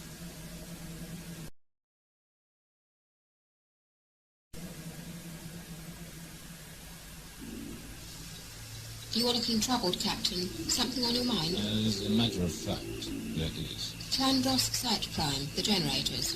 Very perceptive, Royce. Are you often given to these flashes of insight? Very rarely, sir. It's all part of the site training they force-feed you at the Academy. Yes, well, that's as maybe. But something about Site Prime is still bugging me. One day soon, I think I might just bring back a fully equipped research team.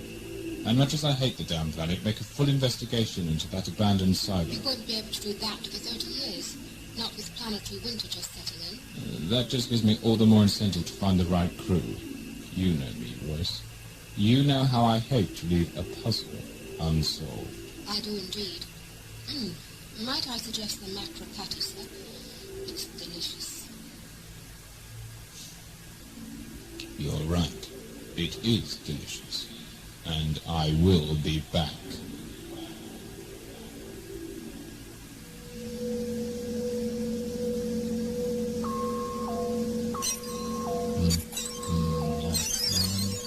Doctor, you've been fiddling with that contraption for over an hour now. All it's done so far is wheeze. When are you going to have some results? This contraption, as you call it, is normally referred to as a sub-Meson microscope. I'd be surprised if it wasn't the most sophisticated form of subatomic microscope you'll ever see. I designed it myself, you know. How modest, Doctor. Now what have you found out? About the gems? What do you think? You're not going to like this. The biological matrix binding the gems together is composed of living tissue. In short, the gems are alive. How does that stop you from synthesizing PFDCP? It doesn't. But as usual, you've missed the point. You see, when Tate and I stumbled upon the silo and found what we assumed to be a screamer graveyard, we didn't realize how completely wrong we were. For some reason, possibly an alternative to the more normal chromosomal transfer of inherited genetic data, the screamers incubate their young within their own skulls, inside their very brains. We didn't find a graveyard that day, Fowler. What we found was a nursery. That explains why the screamers took all the gems from Tate's pouch, why they're still trying to gain entry into the TARDIS. We stole their babies, and now they want them back. That doesn't change the situation. I suggest you begin the conversion of these embryos immediately. I can't do that. Why not? Aren't the systems set up? Yes. I think the old girl can just about supply the power requirements of the synthesizing equipment. All I need to do is push that button, and enough PFDCP will be automatically injected into the time rotor to make temporary repairs. All I have to do is to push one small button, Fowler. But I won't do it. Why not?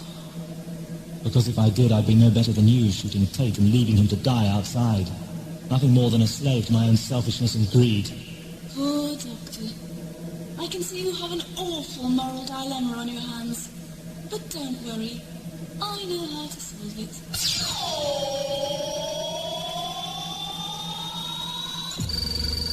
There, Doctor.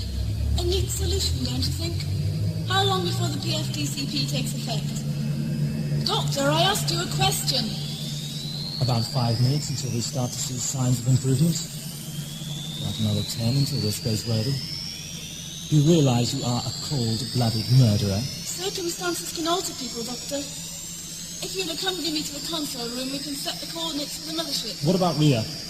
I don't think she'll come to any harm while she's resting down here. Or cause any. We'll lock her in here and leave her. There are no locks on the TARDIS. It makes no odds. Don't worry, Doctor, it won't be for long. Once you set the course I want and take me back to Bragg, you'll be free to do what you like.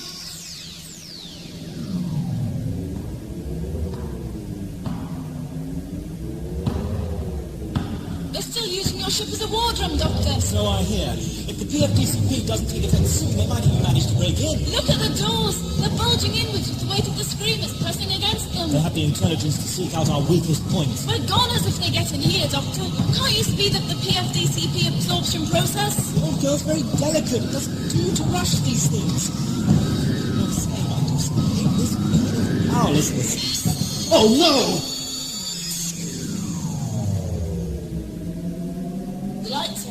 Yes, isn't it wonderful? There's still a lot of damage there, but the old girl's been through worse than this. With the temporary repair in place, I should be able to navigate her to Tercerus. No, not Tercerus, Doctor. Calvadoria. She says so. Ria, shouldn't you be lying down? I'm dying, Doctor. That could easily be true, girl, if your friend here doesn't set the coordinates for the mothership. No, I have to get to Calmed 1. Shut up! Ria! I could easily have killed her, Doctor. I will kill her. Unless you do exactly as I say. All right. There, happy now? Yes, thank you, Doctor. Much happier. Now you can see to your friend.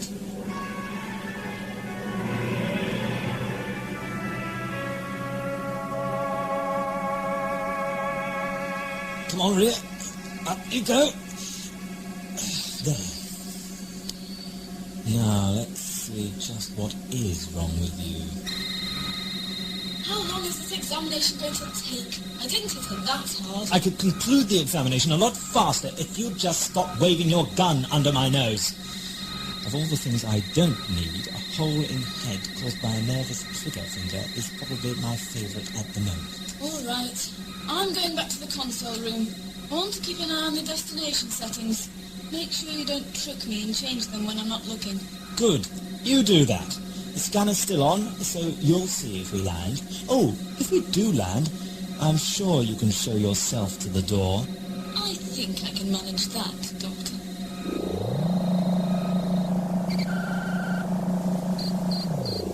Ah, the results. truth. Raiden did lie to me. Doctor? My father, I have to get back... I know. Lie back, relax. How can I relax when the whole of my metabolism is coming apart at the seams? Panicking won't do you any good, Ria. Now I realise why you stole the TARDIS. Why you've always been so interested in the way she works. Why you didn't trust me. Everyone I have ever trusted has let me down. I trusted Raiden. I even loved him, believing I was his daughter. When all I really was, it was just another pretty bauble, a toy manufactured for his amusement. Doctor, I'm sorry I tried to steal your ship. I'm sorry I betrayed your trust. But all this talk is wasting time. I have to return to Calfadoria. Because you're a pleasure creation. An engineered life form culled from the depths of your father's warped mind and given substance by his willpower. And like all pleasure creations, you only have 6 months to live. After that time... My DNA helices grow slippery, begin to fall apart. As the cells in my body die, they aren't replaced. Or worse, are replaced by random DNA recombinant, mutant cells. I've been with you for 4 months. Our trip through the maelstrom aged us both 2 months. My time is up. But I'm not ready to die like that. There's so much of life still to experience, Doctor. So many fruits left to taste. I can't just give it all up. I won't. So please, take me back to Carmed 1 before it's too late. You show remarkable knowledge of your own destiny. She told me. Ria, there is no one else aboard the TARDIS. Why can't you accept that your voice was the voice of delirium? I am no aspect of delirium, Doctor. Who's that? You see, Doctor, I told you so. I will try to explain. My energies are almost taxed. Ria and I are both fragments of the same shattered mind. We are clone sisters, if you like. I, too, was created by Raiden to satisfy his madness and lust 2 months before Ria. I am the reason for her creation. I managed to escape from the domes, the dominion of our father's insane passions. Why can't I see you? Because I do not exist as a physical entity aboard your vessel. My body is currently interned in the intensive care section aboard the space station Calmed 1. I am dying, Doctor. I suffer the same illness as Ria now does. If you wish to save us, you must bring her to me. Together we may live. Apart, we will both surely die. You're telepathic. Not as you understand the term. Both Ria and I are merely differing aspects of one mind. We are linked. I am able to speak through her mouth, see and hear through her eyes and ears. Once she understands the techniques, Ria will be able to use my body in the same way, presupposing we are both still alive, of course.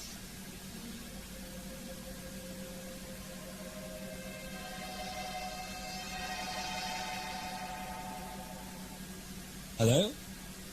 Her name's Cassandra, Doctor, but she's gone now. She needs all her strength on Carmed 1 to hold her metabolism together until I arrive. I think I'm beginning to see. Once there, Crampton could probably perform a genetic recombination, cross-utilizing DNA material from both your bodies. She could rewind your slippery helices. In effect, you'd cure each other. That's how Cassandra explained it to me, Doctor. Brilliant scheme. Now all we have to do is get you to Calmed 1. How are we going to do that with Fowler in control of the ship? Well, I suppose we'll just have to let Fowler off at her stop, then travel on without her delightful company. I'm sure the ship will last long enough to get you to Calmed 1, though what will happen to the TARDIS then, I don't know. But how can you just let Fowler go? She's talking of killing someone. Yes, Captain Bragg. A private quarrel, I believe. I didn't inquire precisely why she wanted to kill him. You know that name?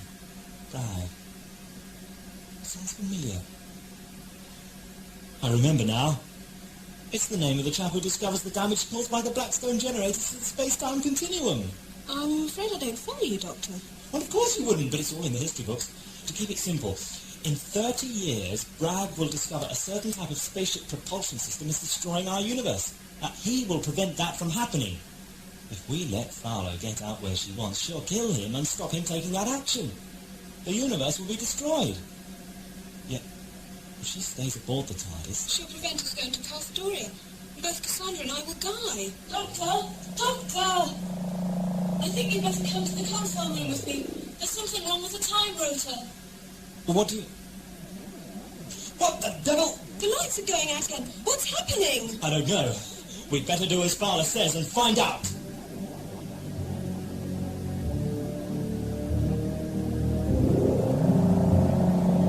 Oh no, look at this! What's the stuff spilling out of the time rotor? This is all your fault, Fowler. You made me use embryonic material to fix the TARDIS. Now it's all backfiring. What is happening to it? The stuff is obviously tissue from the screaming gems. The genetic material must have survived the synthesizing process. It's growing inside the time rotor. I told you it was alive. Look at it, Doctor. It's spreading all over the continent.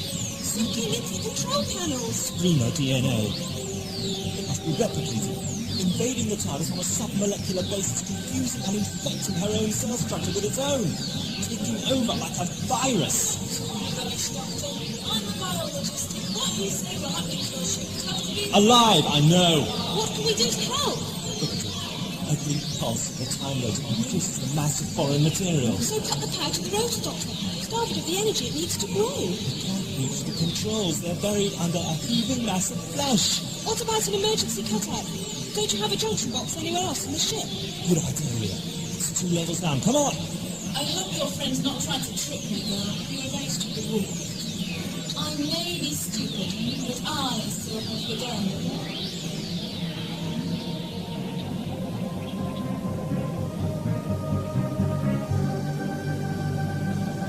One day I'm going to architecturally reconfigure the TARDIS so I don't keep getting lost in her. Where's that wretched junction box? Ah! Just on that door, it's the boot cover. All right, this one.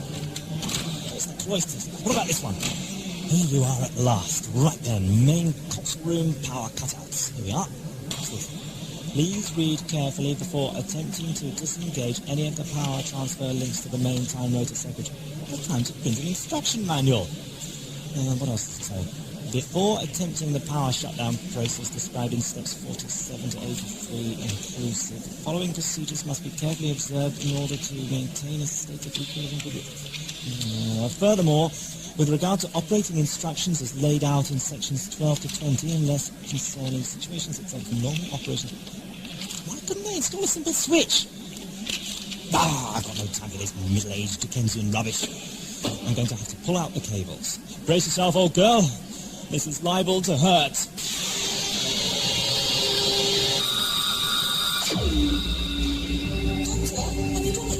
Yes, it's done. We've got to get back to the console room and find out what's happened. You don't think the console will be too badly damaged, do you, Doctor? I don't even know that we've cured the problem yet. We haven't. Look at the floor. The texture's changing. It's becoming rubbery. Doctor, it's turning into flesh. I feared as much.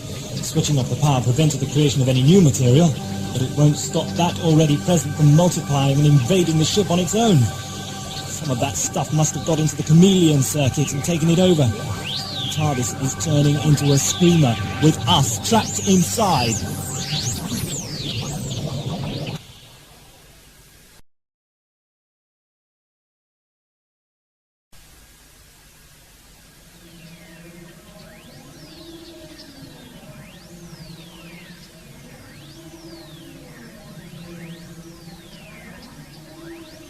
Look at the floor. The texture's changing. It's becoming rubbery. Doctor, it's turning into flesh. I feared as much. Switching off the power prevented the creation of any new material, but it won't stop that already present from multiplying and invading the ship on its own. Some of that stuff must have got into the chameleon circuit and taken it over. The TARDIS is turning into a screamer with us trapped inside. You told me the chameleon ship was only supposed to reflect the ship's exterior plasma shell. Essentially correct. However, when I was attempting to repair the console earlier, I cross-connected the outer shell's stabilizer servos with those of the interior dimensional framework in order to bypass some damaged circuitry. So now the chameleon shift affects the ship's interior surfaces? Correct. Forget the pseudo-scientific double talk, Doctor. The question is, what can we do about it? I don't know. Do you know any surefire ways to kill a screamer? I don't, but Tate and String's autopsy and analysis reports are all in the records books. I left them in the console room. Brilliant. I don't think. They're probably under 10 foot of muck by now. Well, how was I to know? Stop bickering. We'll just have to go and find your tapes, won't we? Fowler! I saw movement again, down in the shadows at the end of the corridor. Oh, rubbish. It's just the darkness and shadows fooling your eyes. Don't try and convince me it's a trick of the light, Doctor. I know what I saw. Maybe she really did see something that we didn't, Doctor. I did. I'm many things, but I'm not a fool, so don't take me for one. Sorry, I spoke. So you should be. As far as I can gather, some of this is your fault. You hadn't tried to steal your companion's ship. That's not fair. Tell that to the TARDIS. Oh, yes, Doctor. What about me? Shall I bore you with the trivial details? Like the skin on my arm is beginning to liquefy? Oh, save it for a boring party girl. Any Theodrate leper could do that. Damn you! Well done, Ria. Float like a butterfly, sting like a kneeling dexicron. Very poetic, Doctor. I've got her gun. Oh, joy. I think you broke a tooth. Get up, will you? And if I refuse? I'll break more than just your tooth. Hold on, Ria. I've got something better in mind. Miss Fowler here is going to help me undo the damage she caused. Oh, yes, and I suppose you think I'm frightened by this young child who thinks she's so grown up, do you? Doctor! The floor is opening up under me. I'm sinking. Give me your hand, quick! I can feel the pressure drawing me down. It's a pore, an opening in the skin which normally lets out sweat. Reach out for my hand, Ria. If the muscles contract again with you inside, it'll crush you. Here. Thanks, Doctor. Oh, look at me, I'm covered in slime. Hey, where's Fowler? It's all right. She ran off up the corridor while I was rescuing you. But she can't get very far. It only leads back to the console room. Well, I still got the gun, Doctor. Let's go and catch her up. If we're going to go charging off up the corridor, I'd appreciate it if you would switch on the safety catch. I'd hate to get shot by accident. Thanks for your confidence. Hello, Fowler. Been catching us squinty, have we? Dodging holes in the floor, more like. You won't find the tapes in there, Doctor. That thing must have rolled over them at some point. They look as if they've been sprayed with acid. Oh, I see what you mean. They look like a half-digested meal. If things have progressed far enough, I'm sure that's exactly what they are. It looks like the work of digestive juices to me. Look at it. Well, the pressure's condensed into a single lump squatting on the console top. It's pulsing like a giant heart. Eating into her like a cancer. Doctor, where do you think you're going? Where does it look like? You can't go in there. Your own ship will destroy you. Well then, Fowler, just what exactly do you expect me to do? I suppose I could always just stand here and twiddle my thumbs until that thing destroys both us and the ship. But that's hardly constructive, is it? Just the opposite, I'd have said. So why don't you shut up and let me get on with it? Always the hero.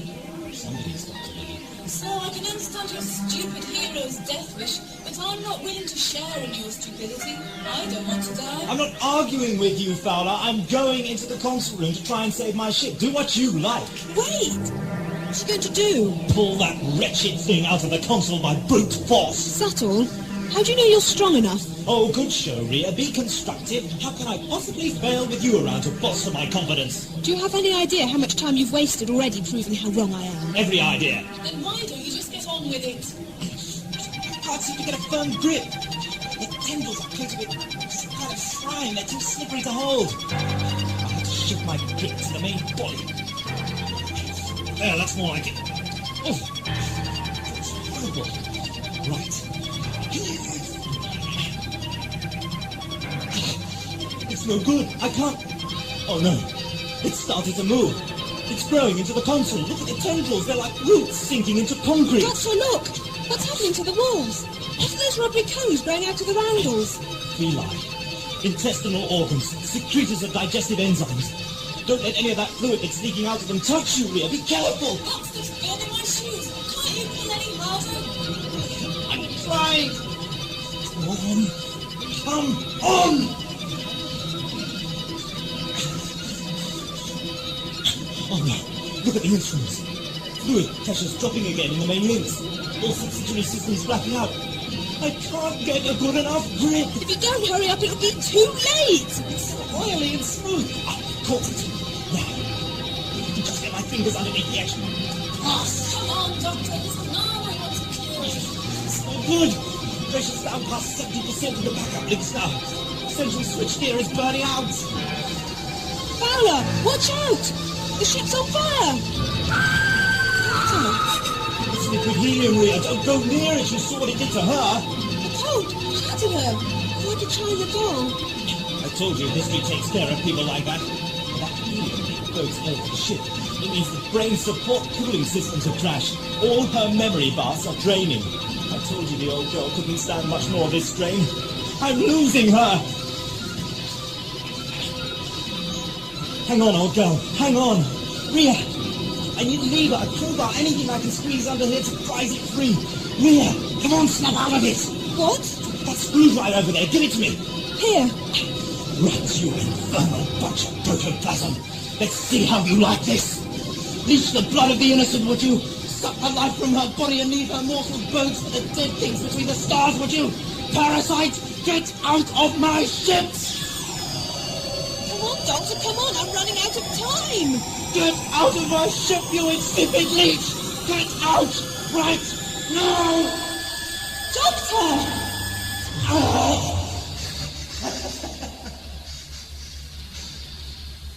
Listen to the silence. Listen to the sound of death. Come on, Doctor, you've done it. Look at the walls, they're returning to normal. All the digestive enzyme is gone. It's worked. Now you can get me back to Carfadoria. You don't understand. She's gone. It's my fault. I tried, but I wasn't good enough. I failed her. I failed her when she needed me most. And now she's gone. She can't have gone, Doctor. How am I going to get back to Carfadoria? The curtain is down. The last bow taken. We commit the soul of this good body to the dark reaches of space. There to dance in ancient glory amongst the stars until her final call. Come on, Doctor. Sort yourself out. If I don't get back to Carmed 1 for treatment soon, I'm dead. And I shall look out to the distant stars. And I shall wonder, is that her? Is that... But what's going to happen to me, Doctor? What's going to happen to me? But I shall have her.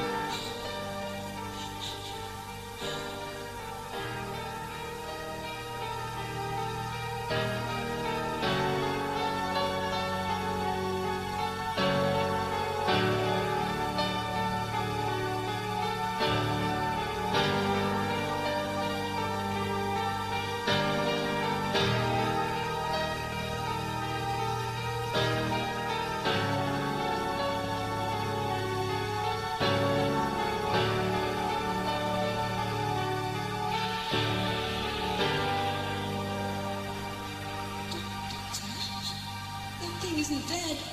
It's moving, crawling towards us. Move away to the other side of the console room. It won't hurt you. How do you know that? I don't know. It's as if the thought was somehow planted in my head. I'm not leaving you. Move away, Ria. Move away. What's happened to your voice?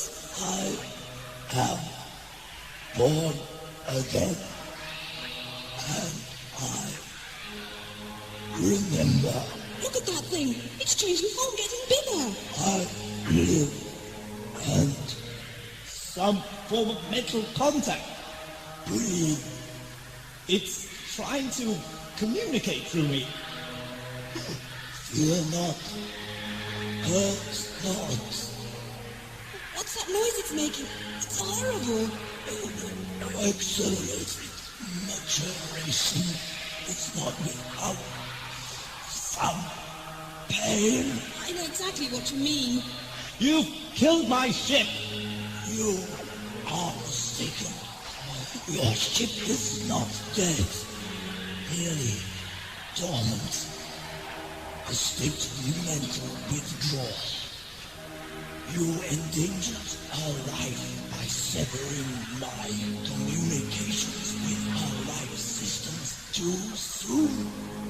Fortunately, the healing process was almost complete. Healing? Yes, healing. But her memory bars, the fluid links, all the damaged systems. Your ship was old, time-hot, a complete helium purge has renewed her memory. All the clogged systems have been flushed, all the damage repaired. She has been reborn. With the flesh, all the helium pearls and stuff.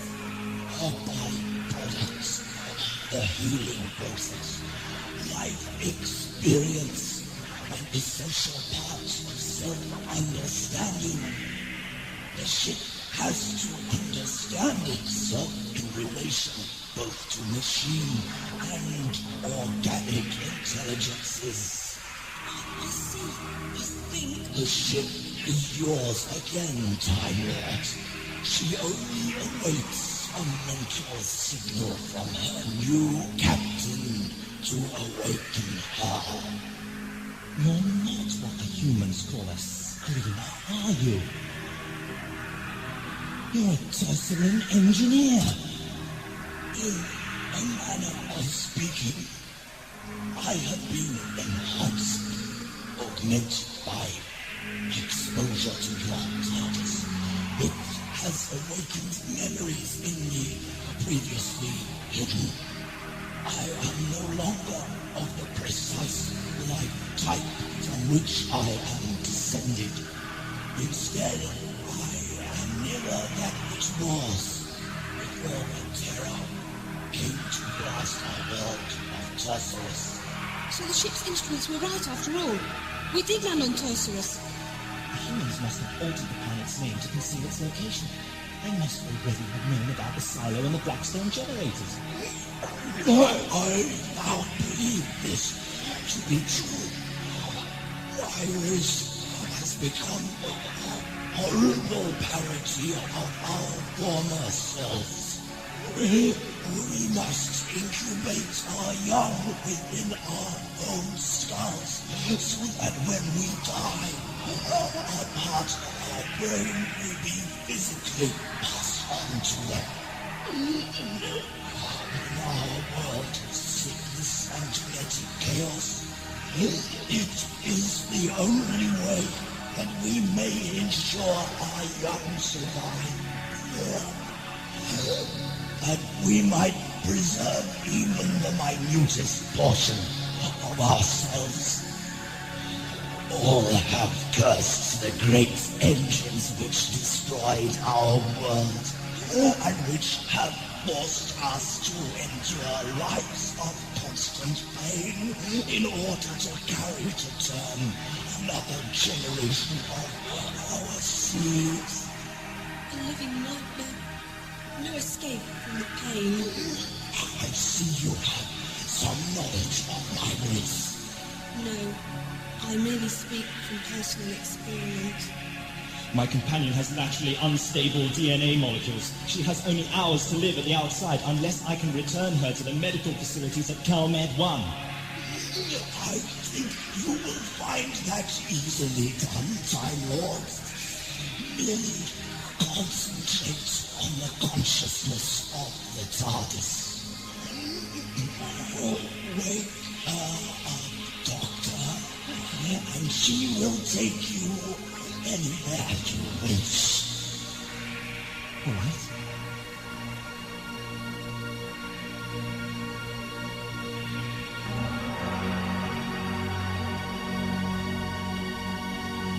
I can feel her mind in mine. She's smiling. She feels young again. Fresh, like a new world bursting with possibilities. How can I ever thank you? I know. We can take him with us to Calvadoria. Once I'm cured, he can work with the staff to find a cure for his people. Or at least a method by which they may give birth without so much pain. That would be ample recompense for merely performing a task which was second nature to my ancestors.